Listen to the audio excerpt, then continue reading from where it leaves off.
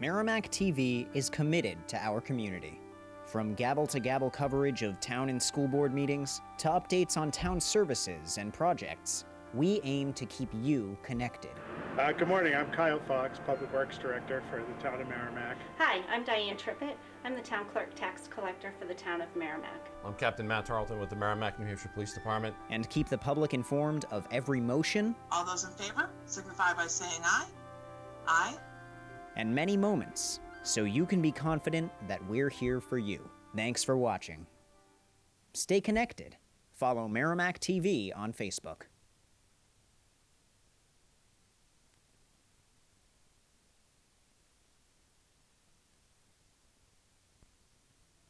And Bob, whenever you're ready, thank you. Thank you. Good evening, ladies and gentlemen. It is 7 p.m., so I will call to order the meeting of the Merrimack Planning Board for Tuesday, April 6th, 2021. Let me begin the age of virtual meetings with doing the appropriate script. As chair of the Merrimack Planning Board, due to the COVID-19 crisis and in accordance with the Governor Sununu's Emergency Order Number 12, pursuant to Executive Order 2020-4, this board is authorized to meet electronically. Please note that there is no physical location to observe and listen contemporaneously to the meeting, which was authorized pursuant to the Governor's Emergency Order. However, in accordance with the emergency order, this is to confirm that we are providing public access to the meeting by telephone with additional access possibilities by video or other electronic means. We are utilizing the Zoom platform for this electronic meeting. All members of the board have the ability to communicate contemporaneously during the meeting through the Zoom platform, and the public has access to contemporaneously listen and, if necessary, participate in this meeting through dialing either of the following phone numbers: 1-312-626-6799 or 1-929-205-6099, and entering meeting ID number 969-0796-7155. The meeting may also be viewed on Merrimack TV Channel 20 on Comcast Cable or Merrimack TV webpage at merrimacktv.com. When the public comment is opened by the chair, press star 9 on the telephone to raise your hand in order to be recognized. Once called upon, press star 6 to unmute your audio and present your testimony. We are providing public notice of the necessary information for accessing the meeting. We previously gave notice to the public of how to access this meeting using Zoom, and the instructions are provided in the meeting agenda posted on the Town of Merrimack's website at www.merrimacknh.gov/planning-board. We are providing a mechanism for the public to alert this public body during the meeting if there are problems with access. If anybody has a problem with access, please email rprice@merrimacknh.gov. We are adjourning this meeting if the public body is unable to access the meeting. In the event the public is unable to access the meeting, we will adjourn the meeting and have it rescheduled at that time. Please note that all votes that are taken during the meeting tonight shall be done by roll call vote. Let's start the meeting by taking a roll call attendance. Each member, please state your presence, and also please state whether there is anyone in the room with you during this meeting, which is required under the Right to Know law. Okay, so let's start with Councilor Boyd. You're muted. No audio, Bill. You're muted. There we go. Excuse me, I apologize, Mr. Chairman. Good evening, everybody. This is Town Councilor Bill Boyd. I'm currently at my home at 139 Joppa Road. I'm in my office. The door is shut. However, my daughter and my 2 dogs are floating around. They may periodically pop in. Other than that, I am prepared to participate tonight. I can hear everybody and am prepared for the discussion. Thank you. Thank you, Councilor Boyd. Neil Anketel. I am present at my residence and I am alone. Excellent. Paul McLaughlin. I'm present in my residence. My wife and daughter may be in and out of the room, though. Awesome. We need a president on this board. Nelson Disco. I'm at home alone at 10 Underwood Lane, and I'm present for this meeting. All right, I am Bob Best. I am at my home in Merrimack, and nobody's in the room with me, although various family member and dogs and cats and things are in the house and may pass through the room. Okay, that concludes our roll call vote. Let me come to a couple of other announcements. Let's appoint Nelson Disco into a voting position for Lynn Christensen tonight. So that gives us 5 board members. If Alistair joins us, we'll have 6. Let's see here. Our next planning board meeting after tonight's currently scheduled for April 20th, 2021 at 7 p.m. Done remotely via Zoom. For public participation during this virtual meeting, in order to participate, follow the instructions that are on the meeting agenda, then press star 9 on the phone when prompted to do so, and that will raise your hand. And once you're called on, use star 6 to unmute yourself and offer the testimony. Please make sure every applicant every speaking member of the public clearly identify themselves for the record with both names and addresses. That completes our ordinary call to order business and brings us to a planning and zoning administrator's report. Robert, what do we got for us tonight? We don't have a memo in your packet to this effect, but I just wanted to note for the board that staff does not believe that either the 385 DW LLC site plan or the Merrimack Free Farm site plan have regional impact.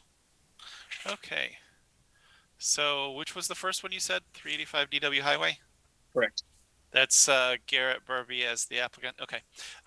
What's the will of the board with respect to the staff's recommendation that item 4 and 5 on our agenda are not of regional impact? So moved, Mr. Chairman. So moved by Nelson Disco, second by Bill Boyd. Discussion? If there's no discussion, then let's vote. Paul McLaughlin, how do you vote? Vote aye. Neil Anketel. Vote aye. Bill Boyd. Boyd votes aye. Nelson Disco. I vote aye. Bob Best votes aye as well. 5-0-0 for that finding. Robert, is there anything else that you have for us? Nothing tonight, Mr. Chair. Does any member of the board have questions for the staff on any matter? Not tonight. Seeing none?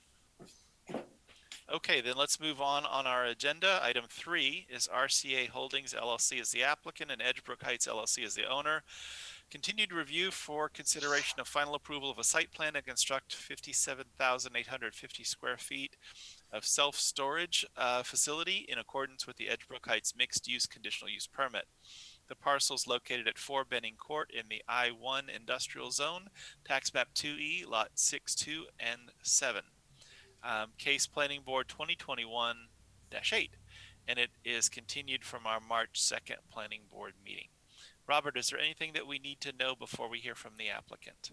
Just reminding the board that the application was accepted as complete for review on March 2nd. There are some outstanding waivers that are discussed that need to be dealt with, and staff is recommending a conditional final approval. Before I get to that, however, I do believe we did receive some public comment today from the abutter, and I was unfortunately out of the office unexpectedly today, and I don't know if the board has that comment. There was some comments forwarded to me today from an abutter asking about a bunch of improvements to landscaping and that sort of thing. Excellent. Is that the one you're thinking of? Yep, that's it. Okay. Did all the other board members get the same update? I did, Mr. Chairman. Okay, so it was distributed to everybody. Alistair is in the waiting room, so let's admit him. Give him a second to connect. Good evening, Alistair. How are you? You there? You're muted. He's muted. There you are. You there, Alistair? You were there for a second, then you muted yourself. I see part of his head. You do. I just want to make sure we get his roll call on the record. Yeah. There you go. You there, Alistair? I'm having trouble. Oh, there we are. Yes, there you are. I'm here by myself. At your house. Okay, excellent. That covers the roll call vote. Now we have, let's see, the biggest planning board constituency that we've had in a long time. I see 6 of us. Excellent. Thank you, Robert, for the introduction on this. So we have a couple of waivers to consider. Completeness has already been done. And remind me when we get to public comments to make sure to reference the email that was received from the abutter on that. And if the abutter happens to be here tonight to reinforce that testimony, we'll have that opportunity as well. With that in mind, who's here for the applicant? I am Jason Lopez, Keach Nordstrom Associates. Also with me this evening is Gordon Welch. He is the applicant, and I believe Bernard Plant here to represent the owners. So with that, we were here at the last meeting. Board heard a majority of the presentation about the site, details of the site. Since that meeting, we did present to the Lower Merrimack River Local Advisory Committee. We addressed some of their questions. There were no items to change following that presentation and question answer period. We received NHDOT sign off, no modifications needed at the signalized intersection. We have received minor comments from alteration of terrain. We will be responding to those soon.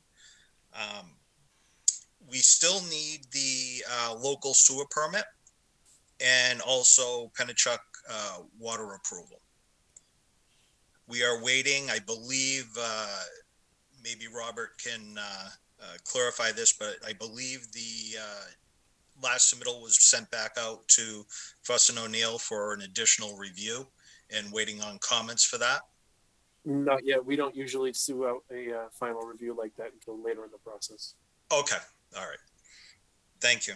There are 2 new items that we would like to discuss. The project, Gordon would like to introduce phasing to this. And basically what he's looking to do, actually, if I can share my screen, is that available? Sure it is.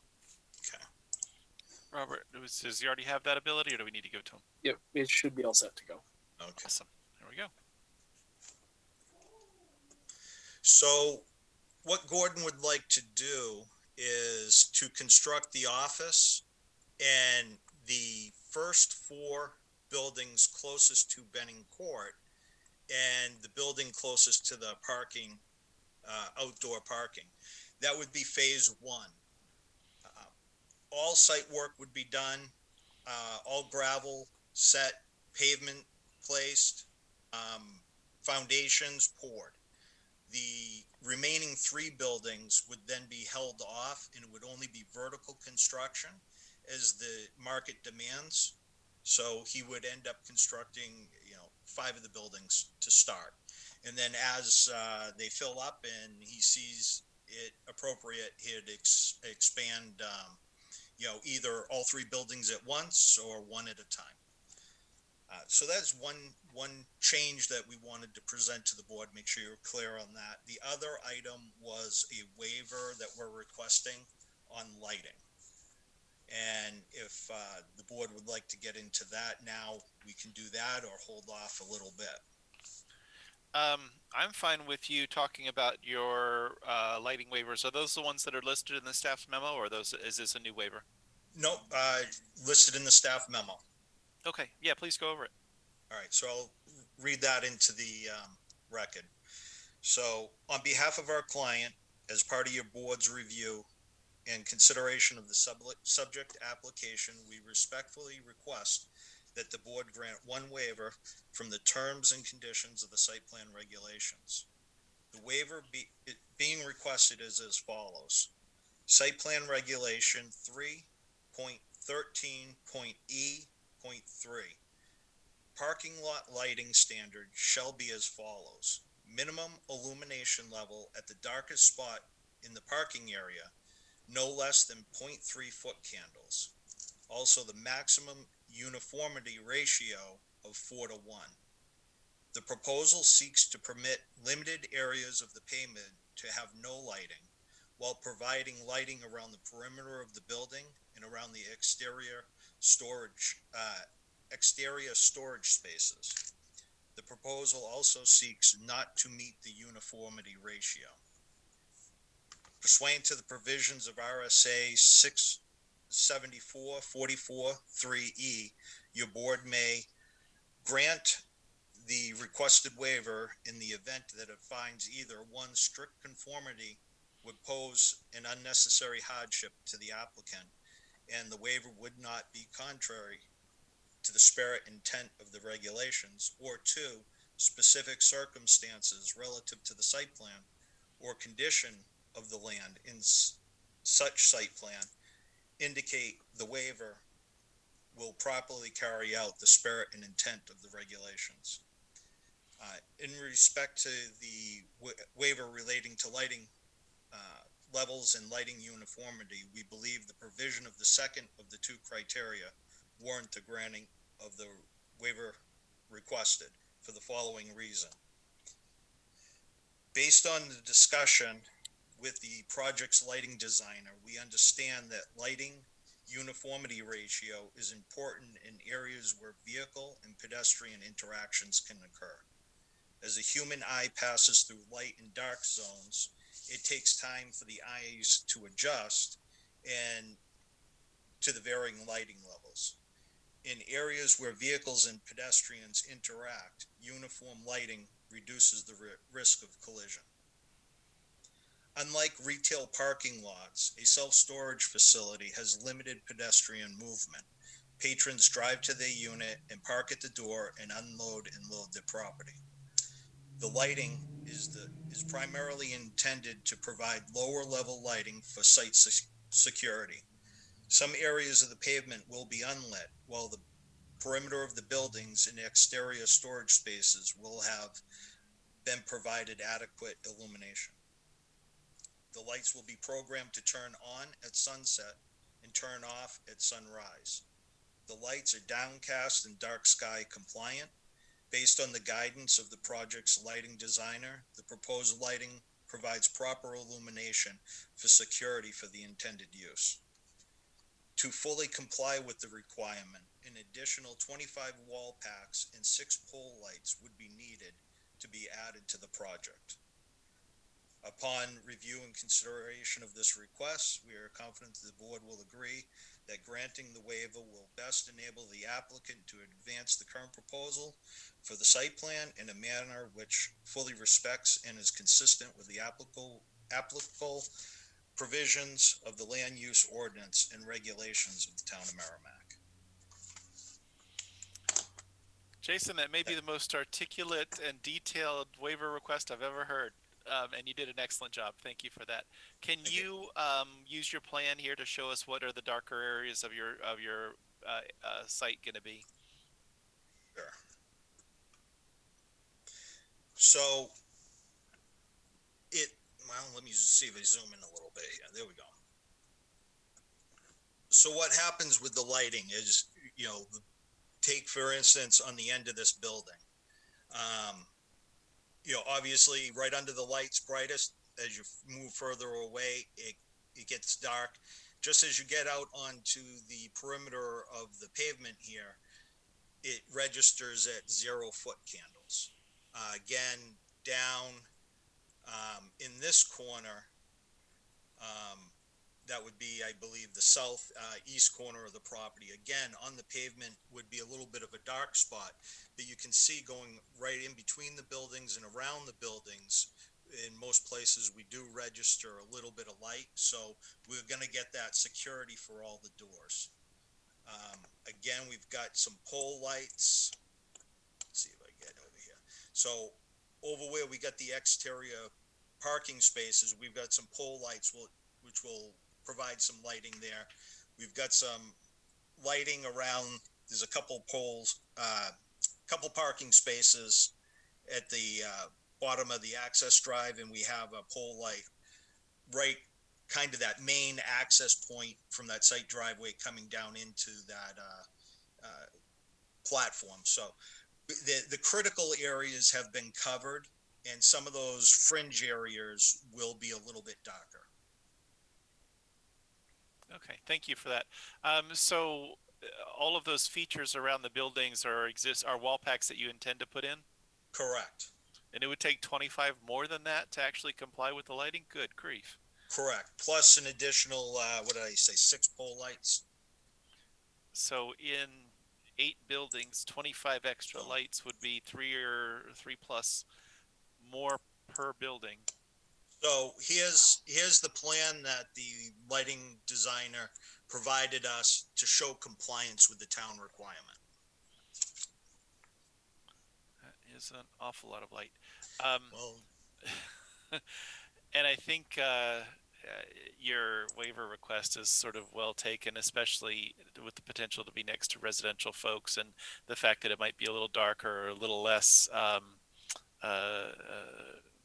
bright and shining at night probably is welcome to them to have it be subdued. And again, the use is self-storage, and that's kind of through the ordinance. It's kind of lumped in with what would also cover, you know, a shopping center parking lot. So the ordinance is kind of more of a catch-all. It doesn't really break out for different uses like this. So for this kind of use, not quite appropriate that high level of lighting. Did the interior of the storage rental units have like a light for the inside of the space? No, there is no interior power. The only power on the units is to the exterior lights. Okay. And that has to, that goes back to fire code and compliance and having circuitry within the buildings, and it brings in a different level of code for fire suppression and so forth. So pretty good odds you're not going to have all that much traffic at night anyway, because they won't be able to see inside their unit except with flashlights and those sort of portable, or the headlights of a car or something. Yeah, I believe the gate is, Gordon, if you can correct me, is the gate open until 9? That's correct. Okay. You would not be able to gain entry into the facility after 9 o'clock. However, if you showed up at 10 minutes of 9, you could be in and always, you know, access your exit out post 9 o'clock. Okay, that makes sense. So minimal late night traffic. What time's it open in the morning? 6 a.m. Okay, sounds reasonable. I don't have any other questions about the lighting waiver. I don't know if other planning board members do. If you have questions, let's ask them, and then once we exhaust the questions, if there are any, let's take up a vote on this waiver. Nelson, I see your hand up. Yes, I wanted to ask about the area to the east of the easternmost building, southeasternmost building. There seems to be a fairly large area there, right where you're pointing. You got it. Yep. That area in there. That area is all grass. Oh. That's actually an area we've reserved for snow storage. Should he have to pick up and move snow storage, that's a large area for that. So no outdoor storage in that location, no door access on that side of the building. Oh, okay. Then my question doesn't need to be answered. Then that makes sense not to have any lighting there, and that's all I had right now. Okay, I did have one other comment. It has nothing to do with lighting, but I'll just make it now, and you can talk about it later. The parking, the parking that's in the north east corner, with the slanting approach to the parking facilities. Given your present plan for construction, phase plan, would it not make more sense to make those parking spaces slant the other way, so that the easternmost part is the northernmost part, and they all slant the other direction instead of the direction they're in? Because that seems like the way people will be approaching that for parking if they choose to use it. Just a thought, and this is just a question more than anything. Thank you. I can address that real quick. So the thought is the it's going to be longer vehicles, possibly an RV or something like that, or a boat. Vehicles can come down in, drive in, they can back up into the space. When they leave the property, they drive out and around up the main aisle.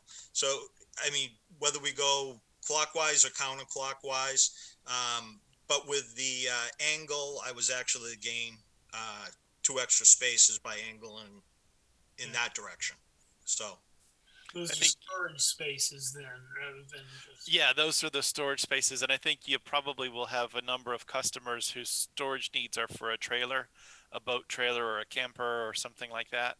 And so backing into the space is going to be the normal mode for at least the campers. The trucks or Class A motorhomes might pull forward in, but anyway. Okay. I was thinking of automobiles coming to access their storage unit, but I'm okay. Understood. Okay, Bill, you had a hand up a while ago. Yeah, just very quickly, Jason, can you just point out where on your lighting plan, just pick a building. Do you know where the entrance is to one of the buildings in relation to the lighting that you have proposed? I'm just curious to know how a person's going to gain egress and ingress to their unit. Actually, I got something better that might show us. So it's all exterior doors. So there's these are all exterior access. There's no interior access on any of these buildings. So no interior hallways. Okay. So it'll be all exterior doors. Okay. This happens to be a facility that Gordon built in Londonderry.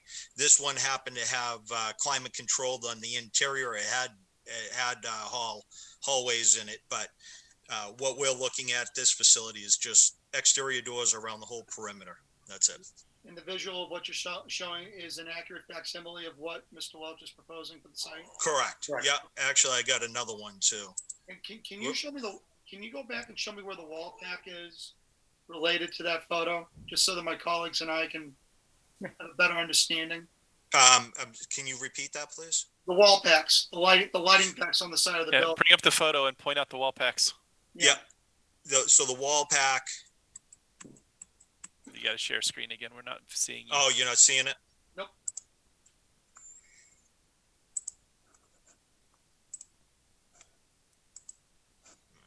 There we go. Now we can see it. So the wall packs are those little black. Gotcha. Yeah. Right. Okay. Yeah. Okay, fair enough. Okay, Jason, thank you very much. I appreciate it. Yep. Thank you. Other comments or questions?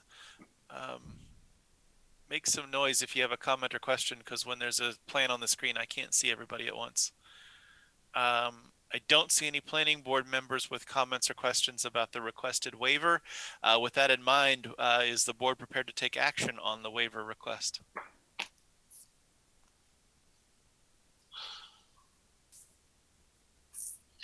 Mr. Chairman, I would move that the Merrimack Planning Board waive the illumination requirement from criteria from RSA 674-44 that strict conformity would pose an unnecessary hardship to the applicant, and the waiver would not be contrary to the spirit or intent of the regulations.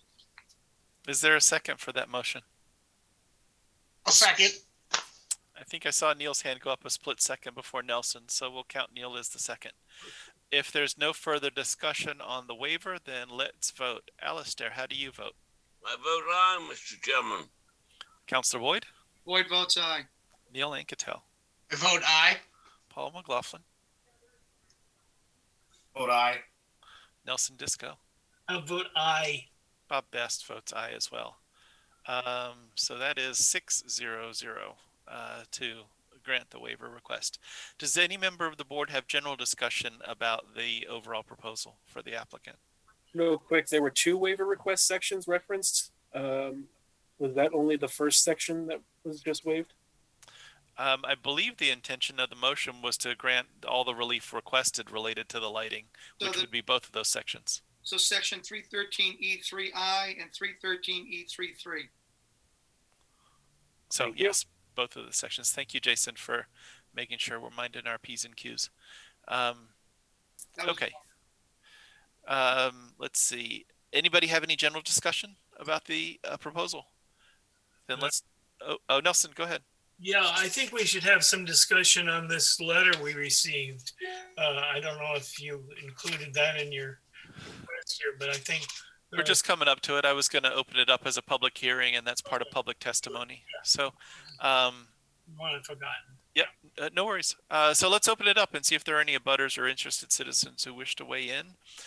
If you are by telephone, use *9 to raise your hand, and we'll call on you if you're interested in speaking. I don't see any hands go up. Okay, Nelson, I know that we've gotten a letter from an abutter. Let's identify the sender and some of the materials that are in there. It is rather lengthy and probably a bit longer than we would normally read into the record, although it is part of the record by having been sent to us. Excuse me while I locate it.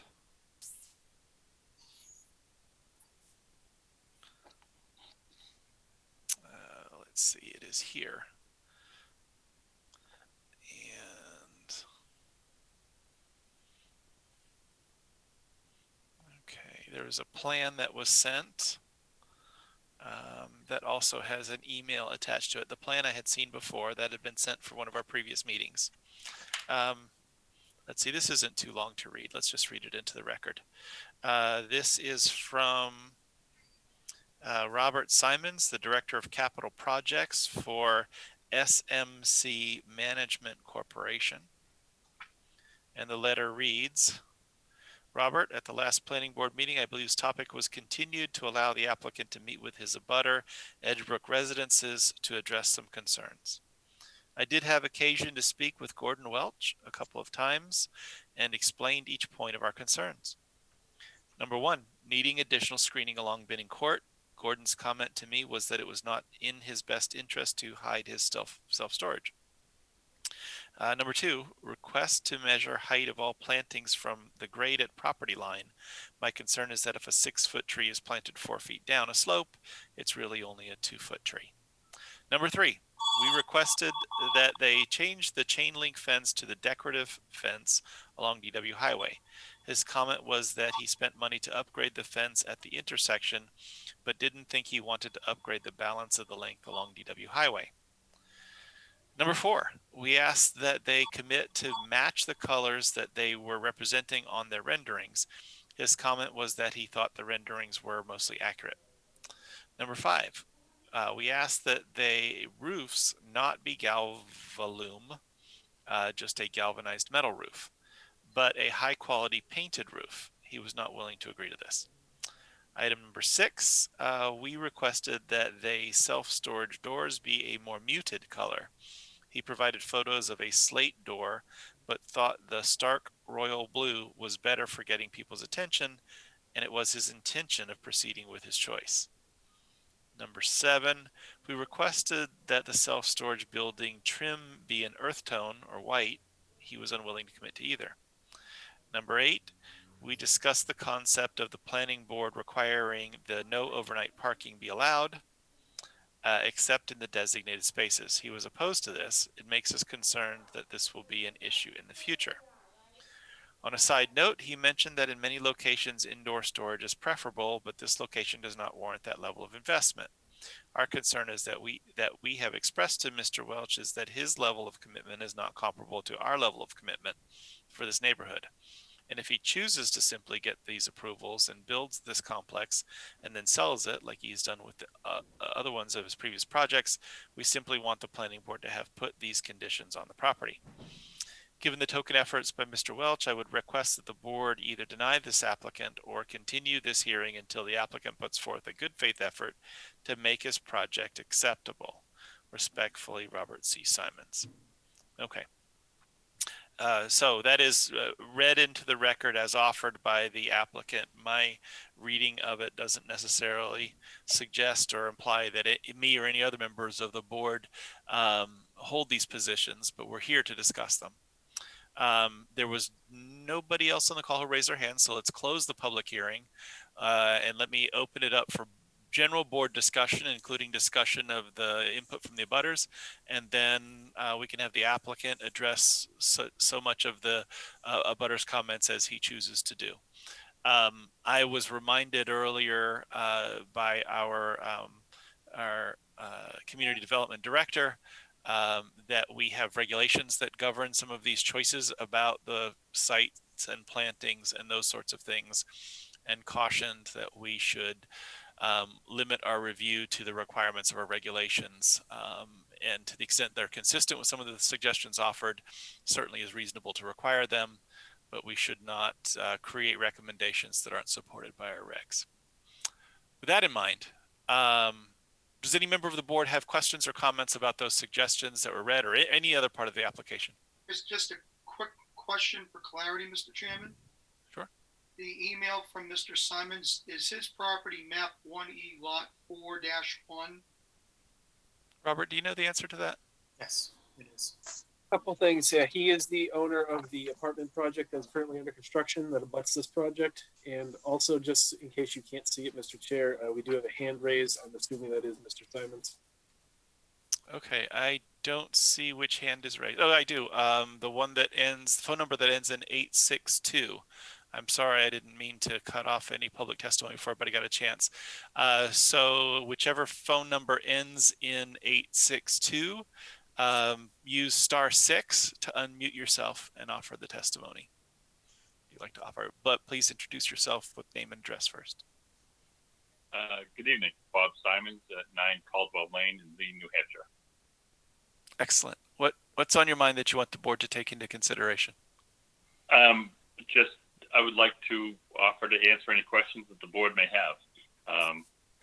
Our opinion is that the zoning regs have certain criteria for fencing and landscaping and other items of concern. And so hopefully our comments are taken seriously and would be favorable. So, we are concerned that, there have been other self-storage facilities in New Hampshire that have gone outside of what was anticipated by the planning board. And, at a minimum, this overnight parking issue, we want to make sure that people that are supposed to be in designated storage parking spaces is fine, but we don't want to have people, filling up the drive aisles, the fire lanes, and that sort of stuff. And we're really concerned about the aesthetics of the entire property. So, thank you. Thank you for your comments, and rest assured the planning board does take them seriously, and we'll have some discussion about them. I do want to make one comment in that whatever some other developer might have done on their property that was not in compliance with whatever that particular planning board was expecting is not necessarily a consideration or something that we would impute to an applicant before us. We sort of take our applicants as they stand and assume that they'll follow the regulations. Board members, do you have comments about some of the specific things that Mr. Simons had raised in his email or anything else? Nelson, go ahead. I'll just offer a couple of comments. I kind of agree with Mr. Simons in the aesthetics of this is important. I think it's in a very high visibility location. I was very pleased when I saw the plan that we had seen last time to find that these buildings are set down considerably from the road and are not like in your face storage units. And I thought that was a big improvement. In general, I'm in favor of things that make it look better. I understand the issue with the trees is something we can expect the trees to grow. They'll grow a few inches a year, and then a few years they'll be they'll be too tall for the site, and somebody will be wanting to cut them down. So I don't see that as a problem. The fence, it'd be nice to have a nicer looking fence, and the color choice, those are things I think they should have put in their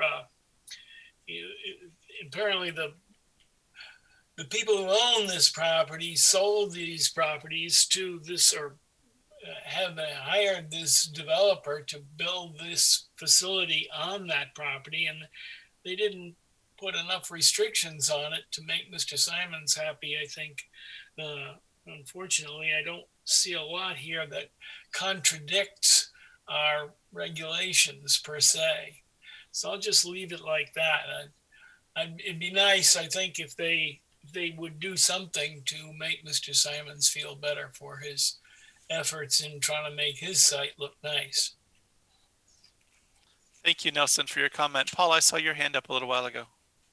Yeah, I just wanted a little more detail on why he doesn't want a no overnight parking sign, if that is the case. Go ahead. Jason Thank or you, Mr. Gordon? Chairman. Yeah, well, that comment was mostly driven to hopefully have a condition placed on the property so that people are only parking where it's supposed to be parking. The outside storage is used for what it's intended for, and not necessarily cars just parking in the drive aisle or along the property line. That may be a problem for the fire department, or or be unsightly. So we don't have a problem with them parking overnight in those areas that they're representing is for overnight or long-term storage, but would rather not have just cars parked on the side of their driveways. That was the issue. Thank you, Mr. Simon. Let me ask you to conclude your testimony with anything else that you'd like to offer. It's not the approach to this with public comments for a member of the public to sort of become engaged in a back and forth with the board or with the applicants. It's your opportunity to give us all of the information that you'd like us to consider, and we'll take it from there. Is there other testimony that you'd like to give? No, I appreciate the opportunity to present it. Thank you. Excellent, thank you. And rest assured, we will pick up and run with your comments. Paul, I would like to have your comment addressed by the applicant, Jason or Gordon. If I can offer, please. offer one thing real quick, and then I'll let Gordon speak to that.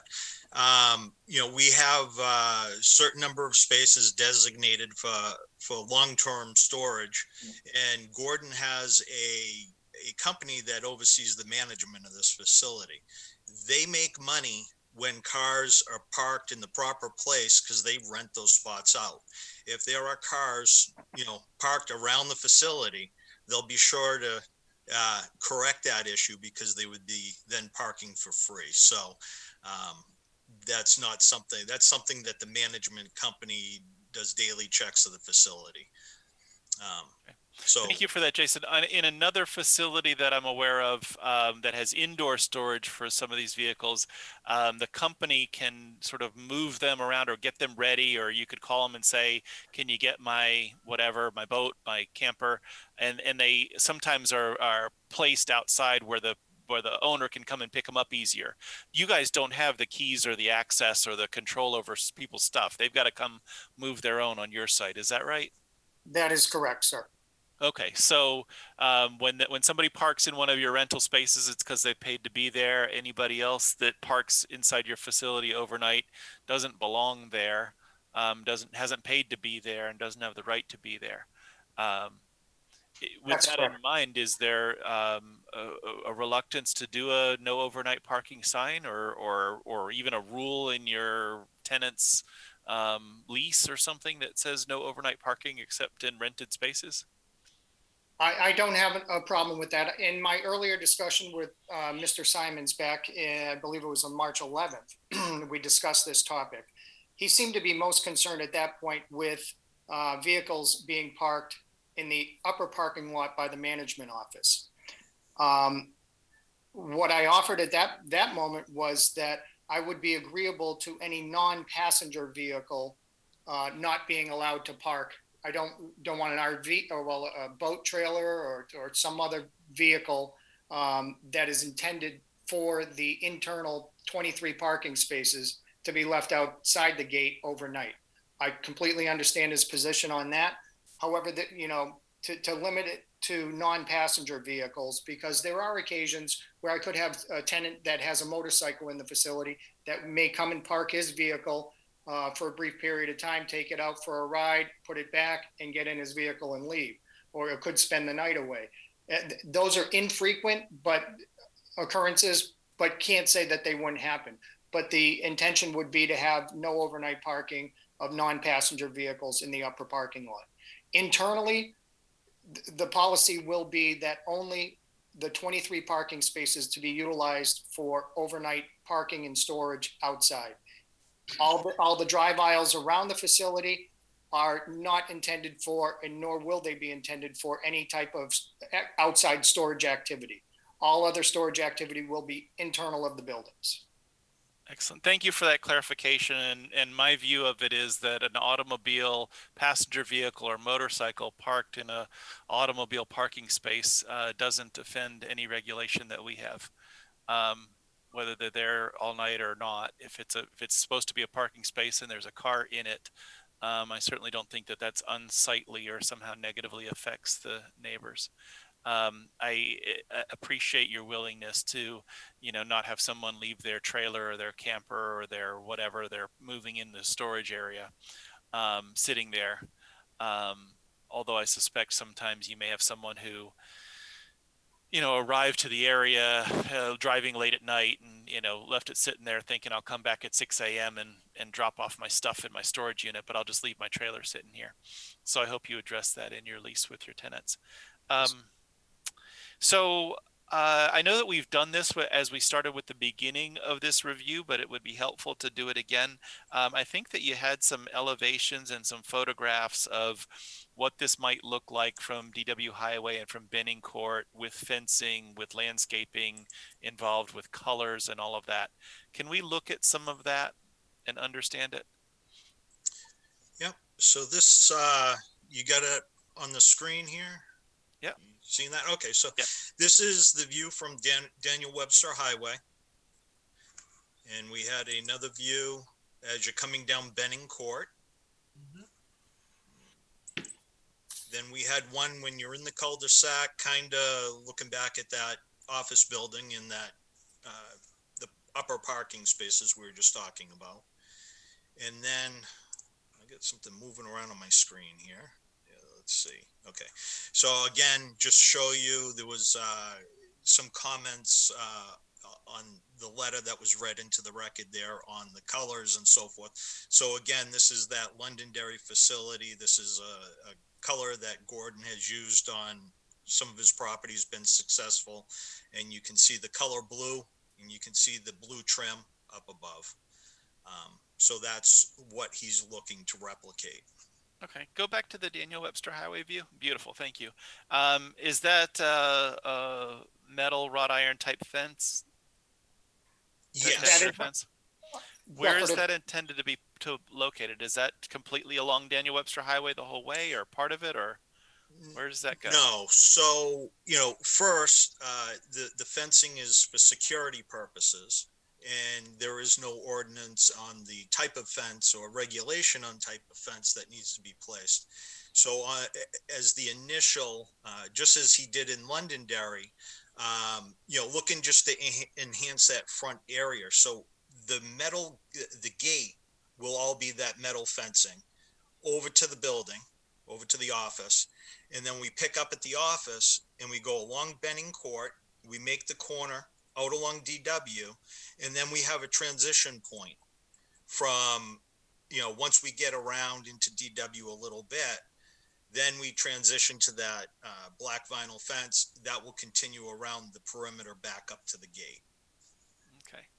So it's that entry, trying to enhance that. I do understand your comment about the regulations not necessarily specifying materials and fences, but recognize that your development is one unit in a conditional use permit, which is intended to have harmony between the uses and that sort of thing. And so that does give us the opportunity to take a look at aesthetics and see what we think of them. What's the choice for chain link fence motivated for partway down DW Highway? cost. It's an item of cost. And then also, we've added in additional plantings. The trees are what's required by regulation. And then it's infilled. What we were looking to do is I originally took the plan for the approved site plan over on the other side of Benning Court and replicated, mirror image that over here. And they had a lot of infill of white pine and fir. So just infilled in between the required plantings. And, so eventually those trees are going to, fill in and, blocking an expensive fence. Yeah, I think that they could eventually. Do you have an elevation that shows that with the chain link fence? I believe we got something. It's just your standard.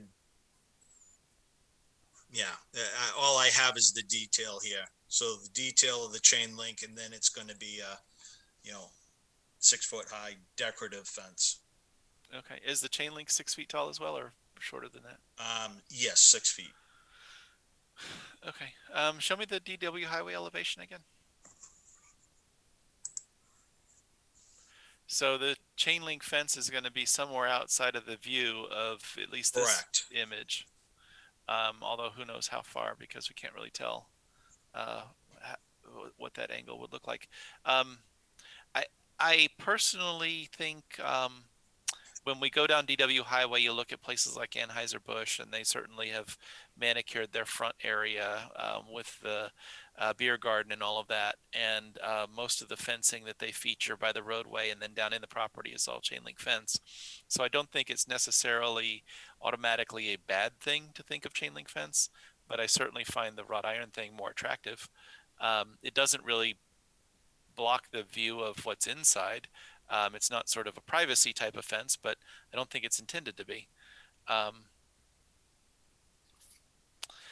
Can I see the Benning Court view again? So all of that Benning Court is going to be the wrought iron fence like that? Right. Correct. And that's an accurate depiction of the elevation of the storage units? The office is up higher and the storage units are down lower?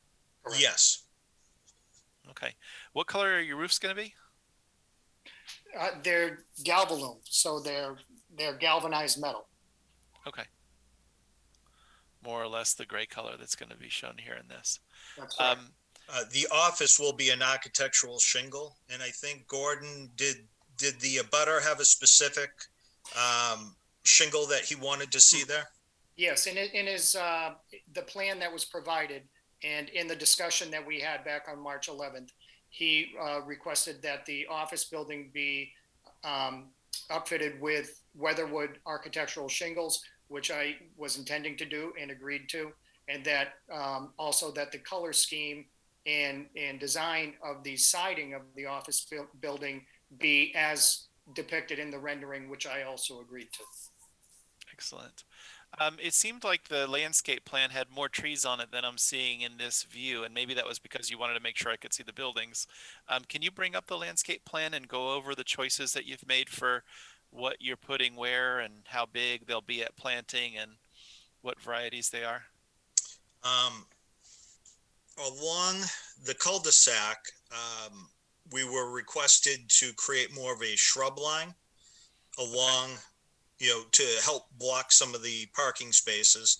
And we continued a little bit of that on the easterly side of the driveway. What kind of shrubs are those? Can't remember. Let's see. It must be on this landscape plan somewhere. Yeah. Those are RP, which is rhododendron. And they're at planting, they're 5 gallon size. Yeah. Okay. Yeah. So those will grow up into be more of a continuous shrub. Then along Benning Court, the site plan that was approved for the apartments and the other side of Benning Court incorporated the plantings on, both the left, right, and center of Benning Court. So these trees that are kind of grayed out, those are, based on the previously approved site plan. So we've maintained those, although one of them, just so it's not in front of the sign, we've relocated up because there was originally a driveway access, secondary access point planned here. Yeah. Across from the other one. So we've relocated that one tree, called for that to be relocated up to where we closed off that drive point. Okay. So we've maintained that, original approved planting plan. Then we've mirror imaged around the sign from what they had over on their side. And then I had white pines and some firs, and it was requested that the white pine be removed. So our side will have a cedar, red cedar and a fir. And then the larger trees were bur oak. On the shrubs, on the plant list, the quantity of the shrubs doesn't appear to reflect what you've added by the entrance. There seems to be a whole lot more than 5 rhododendrons and 6 winterberries that you've got there. Yes, it does. Yeah, so that's probably an error, typo on the number. Yep. We'll have to revise that to, update that to represent what's shown on the face of the plan. Excellent. So the red cedars are kind of the fill-in between the bur oak. Yeah, some of them are the cedar and some are the, what do we got? White fir. Eastern red cedar and white fir. Okay. And then the trees that are close to the office are the maple and where are the cherry trees? By the sign. Around the sign, near the entrance. Okay, I see them. Excellent. So when you were showing the elevations, I didn't notice this many plants in there. Are they not shown on those elevations that you've done before? Or they've been updated? Is the landscape plan updated since that one was originally created? Or that's correct. The renderings were accomplished well before the site plan was advanced to incorporate the landscaping plans. Okay. What's the length of your Daniel Webster Highway frontage? Roughly. I believe it's somewhere around 700 feet, Jason? Oh, yeah, 733 feet. Okay, so we've got 6, 8, 9, 12, about 14 of the oaks and 3 of the cherry trees along 800 feet. So certainly spaced out, but as they fill in and grow, especially with the other trees in between them, they'll cover that area reasonably well. Actually at the entrance drive with the trees that you've got there, I know drawings don't always depict what you'd see, but you've definitely got a shrub line. Actually, it looks a little thick right in that area. Like that would be one that rhododendrons get big fast.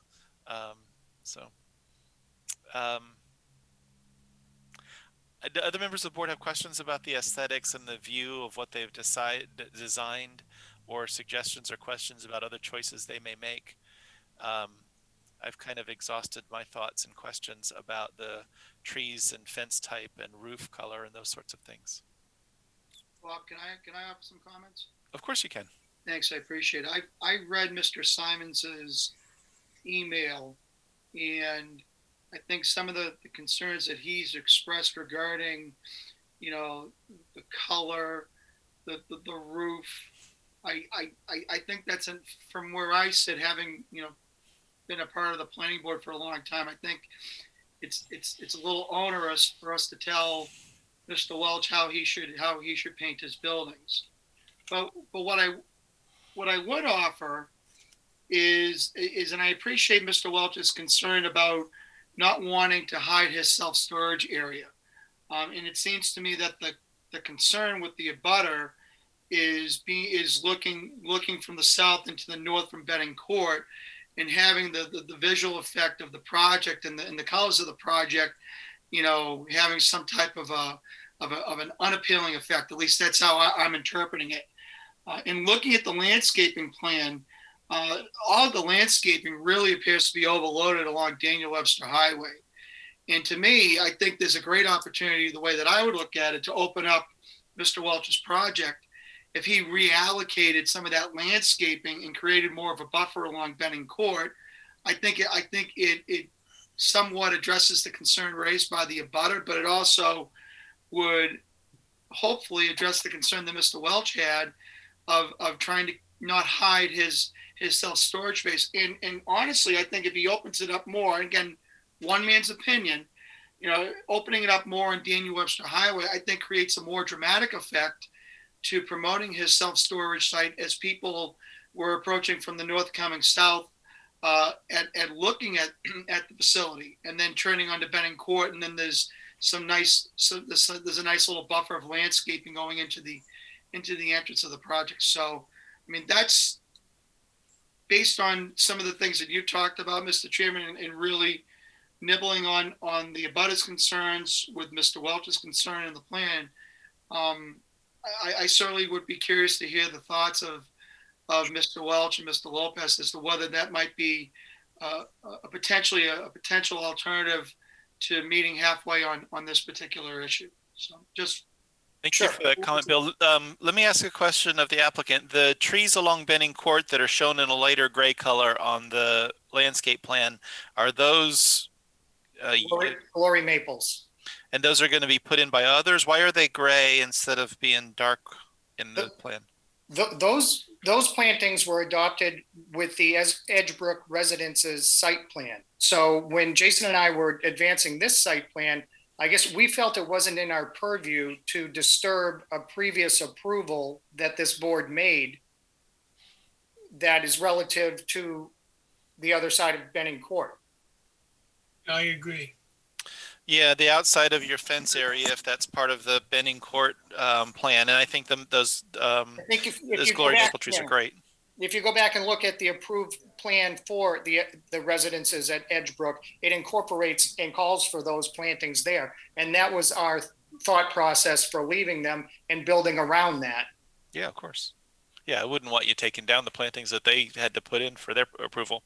I support my colleague, Councillor Boyd's sense of maybe adding some shrubs and things along Benning Court. He said reallocating. I'm not necessarily looking for reallocating them from some place to another, but with five of the maple trees, it doesn't take more than, half a dozen shrubberies between them to start to fill in that space pretty good. And just to clarify, Mr. Chairman, I was really working off of the landscaping plan that Mr. Lopez had provided. I merely was.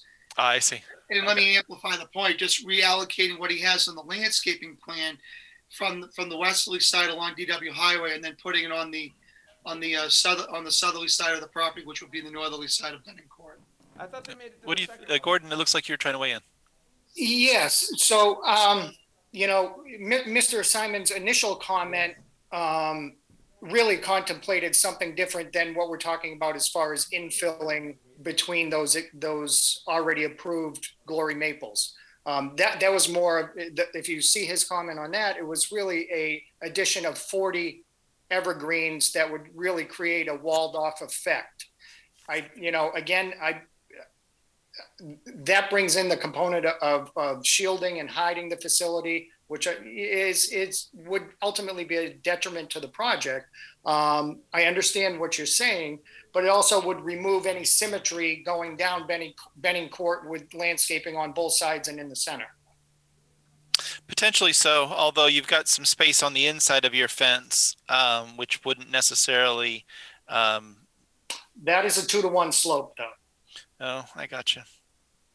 And I'm not asking for 40 evergreens. I'm just asking for strategic placements of a tree or a shrubbery to mute as best as possible the view that may be impacted by Edgebrook.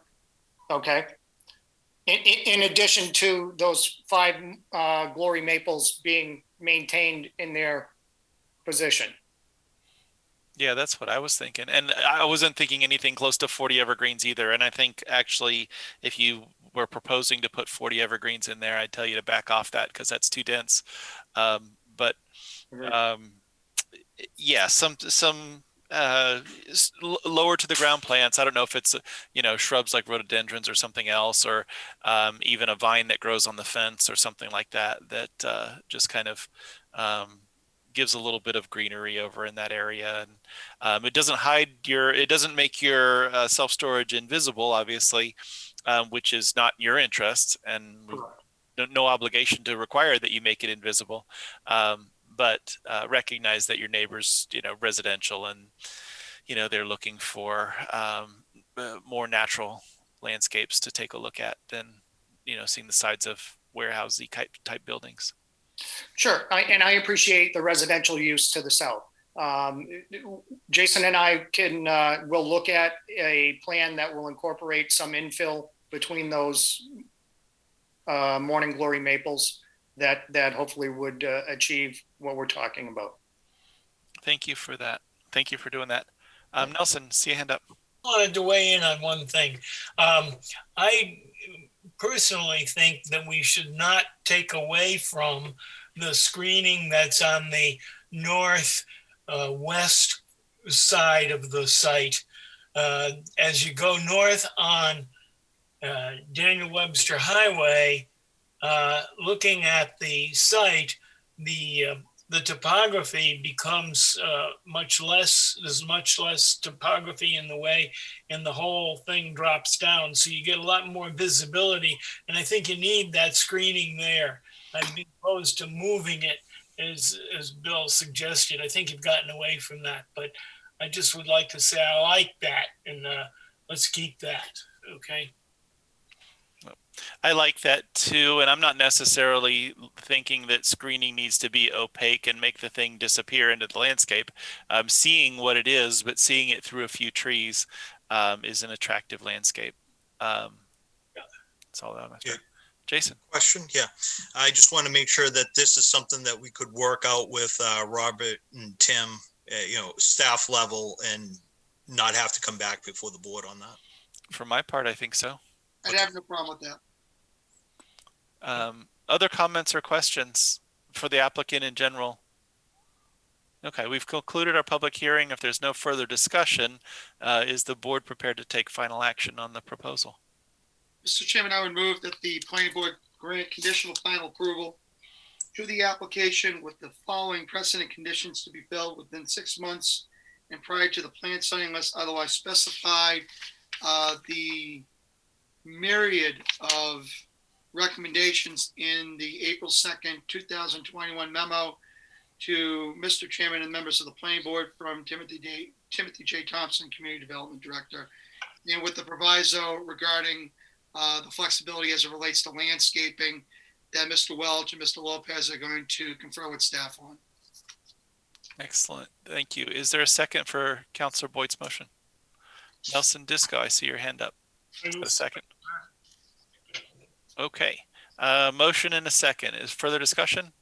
If none, then let's vote. Alistair Milnes, how do you vote? I vote aye, Mr. Chairman.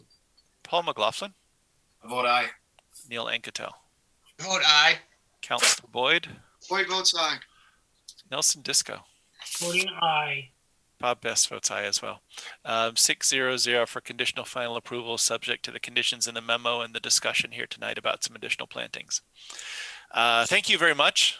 And thank you for your presentation and going through it with us. And thank you for your willingness to accommodate some of our interests with respect to additional plantings and those sorts of things. Of course. Thank you for your time. Thank you for your time. Welcome to Merrimack. Thank you. Glad to be back. Back again. That's right. That's right. Okay. Item 4 on our agenda, the second substantive application, is Garrett Burby as the applicant and 385 DW Highway LLC as the owner. Review for consideration of a waiver of full site plan review to permit a mixed-use development consisting of a single-family dwelling and contractor storage yard. The parcel's located at 385 Daniel Webster Highway in the C1 General Commercial Aquifer Conservation and Elderly Housing Overlay Districts, Tax Map 4D3, Lot 90, Case Planning Board 2021-10. Robert, is there anything that we need to know before we hear from the applicant? Sure. So this application is a proposal to convert the existing property to a mixed use single-family residence with contractor storage yard. The applicant did obtain a variance from the zoning board in September of last year to permit that use. So they are now coming forward with a waiver of full site plan request for the board's consideration. I do need to note that the applicant is already occupying and using the property for his intended purposes. However, he has been very cooperative working with us to at least try to get the approvals in place upon becoming aware that the approvals were necessary.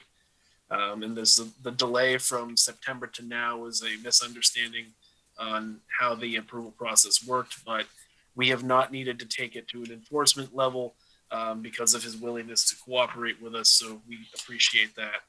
So like I say, as you saw in my memo, the applicant is requesting a waiver of full site plan. We provided a copy of what we had on file, which you have in your packets. What we have on file is about 35 years old and is unfortunately, per plans of that age, does have sparse information on it. Unfortunately, also making it a little more difficult for the board to follow without explanation. The plan was kind of taped together on like a piece of poster board in our files. So you have it presented in two parts. The top part of the plan is the one that was marked up by the applicant for his purposes tonight. The bottom part was left untouched. So essentially it represents something from 1985 and it doesn't really pertain to what's happening tonight per se. So really the focus should be on that top part of the proposal. Outside of that, I think, as has been clear in our memo, staff's position is that a fully engineered site plan should be required due to the lack of information on the site. However, that's a board decision, so I would leave that in your hands. Outside of that, I will turn it over and allow you to do what you will, Mr. Chair. Thank you, Robert. Hey, Nelson, I see your signature on this thing. You and Segedy signed this, huh? I was just going to comment on that. It's beyond the statute of limitations. It's not yours. Oh, boy. Thank you for that. Mr. Burby, please introduce yourself with name and address and tell us about your project. Sure. My name is Garrett Burby at 385 Daniel Webster Highway in Merrimack. And I am seeking a full site plan waiver. As I'm not changing the site, this is how we purchased it. We're not adding anything, taking anything away. I would like to use this as my residential dwelling. I do own an HVAC business. I am a contractor and I have essentially a home office. If this was like a residential zone or residential unit, this would actually be considered I would consider it a residential the HVAC office needs to have the business needs to have an entity. So I'm utilizing this commercial location. Its appeal to me was its signage in a parking lot. We're not using the property to develop it further. I'm not interested in developing it with a engineered site plan. We're just trying to simply use it as a single family dwelling and an HVAC office. If we do wish to invest in the future, we'll be able to provide more detail at that. But at this time, we're not looking to do anything further. I mean, we purchased it this way. And in fact, Cloud Canine in 2012 had their site plan waived. They had 8 parking spots. A chain link fence was installed. We didn't enlarge the parking spaces. I mean, we didn't pave this yard. I didn't put this house here. The fencing was here. We just bought it as is. So the plan from 1985 was pretty sparse, I agree. And I borrowed some of the notes and verbiage from that plan because I guess I was just I didn't know that about this 2012 document that was approved. They were not required to do a full site plan. Paul's Cleaner was the occupant at the time in 1985. There have been various other tenants or occupants in this space. So I don't feel it's my responsibility to go back and reinvent this property just because I'm living here and trying to operate an HVAC company. Thank you for your presentation. Tell me about how your HVAC company is going to utilize the property. Go ahead. Sure. It's just we're not a manufacturer. We're not a distribution center. We're not open to the public. It's simply a office space for like a office personnel or office manager to come in, do paperwork, bookkeeping, basically like a bookkeeping service internal for our quoting and estimating and stuff that we do for our clients. Payroll, office administrative work. That would be one employee that would be here. Otherwise, it's service vehicles, service related vehicles. We're not fabrication. We're not like I said, distribution. So we literally just use the parking spaces as we need to, store our company vehicles on site. Typically, they would go home with the actual technicians. So we really only have one vehicle on site, which is mine. And I currently have one employee that meets here and he rides with me for now. So right now it's used very minimally. How many company vehicles do you have? 2. Okay. So the 2 that you talked about were the ones that I took from what you just said, either the one you're operating or this other employee is. You mentioned ones that went home with employees. Is that a future plan, or do you have other vehicles that are going home, or what? Yeah, generally, well, no, I don't currently have any other vehicles that they take home with them, but generally, if you have a service technician that's adequately skilled, they don't need to take a service vehicle. They don't need to come to the office to pick up a vehicle when they need to be on call from their home. So typically in this industry, that qualified individual would utilize that as a take-home work vehicle. So we don't have that set up right now. We're just a small business working from home. But we're trying to utilize this property as is, and that's what I'm presenting. Now, understood. Some of that future planning would be a difference between what you could do in a residential neighborhood with a home occupation business and what you've got going on. So I see a part of the thing on your plan that says a storage shelter logic. What's that? Well, we had typically you would have a garage type, like personal things that you park in your home garage. There is no attached or detached garage here on site. And I was simply, so that's a shelter, a tarp building. There's no foundation to it, no power to it. It's like a tarp building. And we erected that building to store some of my personal stuff, like snow blower, lawn, yard equipment, that type of thing for personal use. Is there stuff related to the business, like the materials and supplies that your workers would use as they go in? I guess you said service business, so service people's HVAC stuff? No, we don't. That's my personal belongings. Our service vehicles are housed the supplies that we utilize.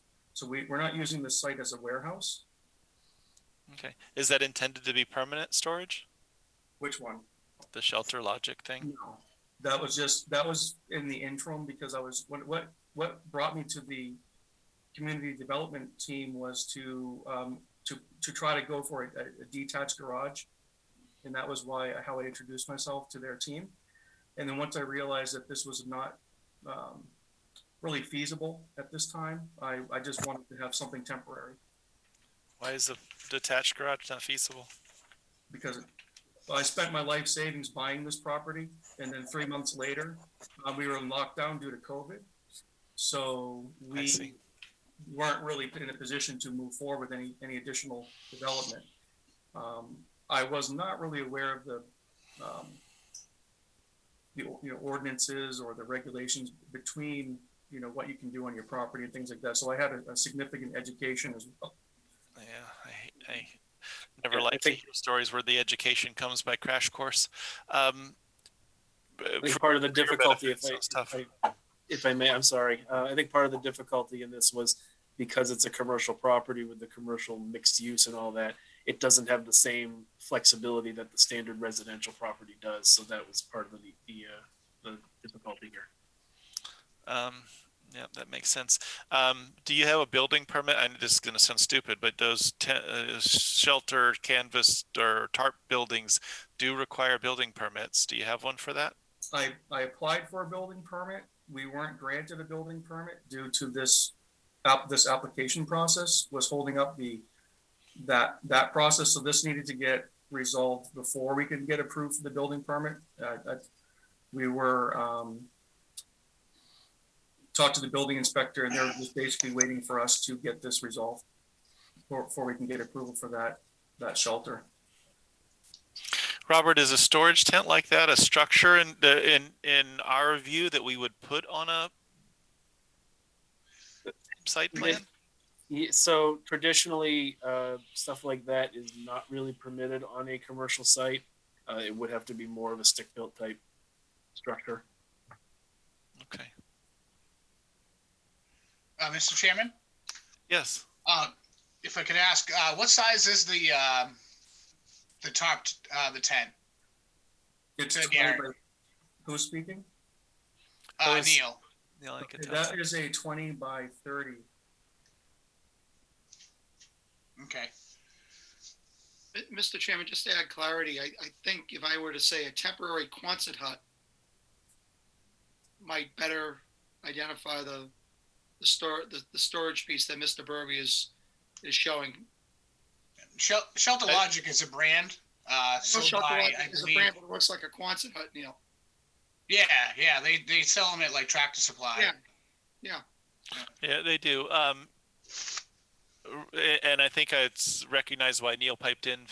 We both got experience with our Merrimack 4th of July thing, where we put a few tents out in the ball field at the school, and we have to get building permits for them. And even when they're only there for a couple of days, and inspections and all of that sort of thing. And if you put two sides on it, you need an exit sign, and good grief, is it? Am I able to tell you why I selected that building? Yeah, go ahead. Because we're not developing the site. We're not using it for commercial purposes. It's for my stuff. It's to hide the contents that would, if you'd like to see them along my front Daniel Webster Highway, you want to see junk and stuff out there. I'm trying to make it not visible to the eye, to hide stuff from prying eyes coming up and down Daniel Webster Highway. That's the purpose of that shelter, is to hide whatever you would normally go in a garage from. I have no place to put it. That's what the purpose of that building is. So I don't question your motives. I think that you're doing what anyone else would do in their backyard, except that when it's a mixed use, half commercial, half residential, I'm trying to figure out how to position it within our regulations that allow us to do something like that. But no, I'm not questioning your intentions. Obviously, I don't have one of these, but I put my snowblower out of the weather too, and out of sight because it looks better. Board members, do you have comments? Other comments or suggestions? I do. Neil, go ahead. I just wanted to be clear. Looking at the plan back in 1985, the lower half of the print compared to the top half, the parking area is different. Is the top parking area something that you propose to do, or has that already been done? No, that's a good question. Everything that I drew in that sketch, I did my best to represent what was here as we were approaching this meeting. So I was trying to show you the parking lot as it sits. I was trying to show you where the shed was located, where my house was. I kind of measured everything out, and I did the best I could scaling it for you. We didn't put the parking lot there. I have a trash dumpster on site. So that's drawn on there. The chain link fence, those deep propane tanks, those weren't on your 1985 plan. So I'm just showing you what is what's existing. So it looks like that's what I was trying to represent with that drawing. So that's the current configuration of the parking lot. And so it shows that you have it looks like 7 spaces. Well, it is 8. I just was going by the 1985 notes because I didn't, at the time that I drew this, I found this drawing here and this wasn't provided to me upon request either. This is something that was signed in 2012 by the planning board and approved. And I don't know if you can see it or not, but you see these 8 spots here? This is a document that was approved. It has some notes on it from the Cloud K9. Do we have a copy of that? Yeah, that's got my signature on it. Yeah. So you if I could add to that, Mr. Chair, Mr. Burby did email a request for information over the weekend, and I started going through that yesterday. I was unexpectedly out of the office today, so I could not respond. In preparation for the meeting, I did find that that is the Cloud K9 waiver full site plan that he is referencing. And in terms of Neil's question, the pavement expansion was also approved as a waiver some years before. I don't have the date in front of me, unfortunately. But yes, that was approved by the planning board as well prior.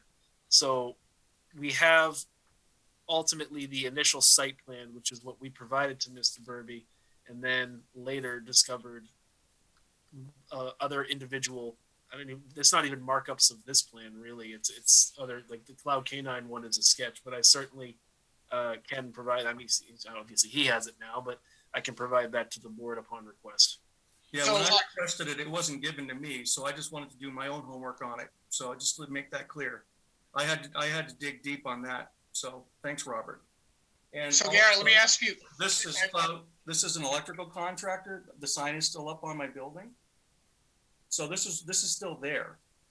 Just want to let you guys know another electrical contractor was in this facility. Whether that was legit or not, I don't know the answer to that.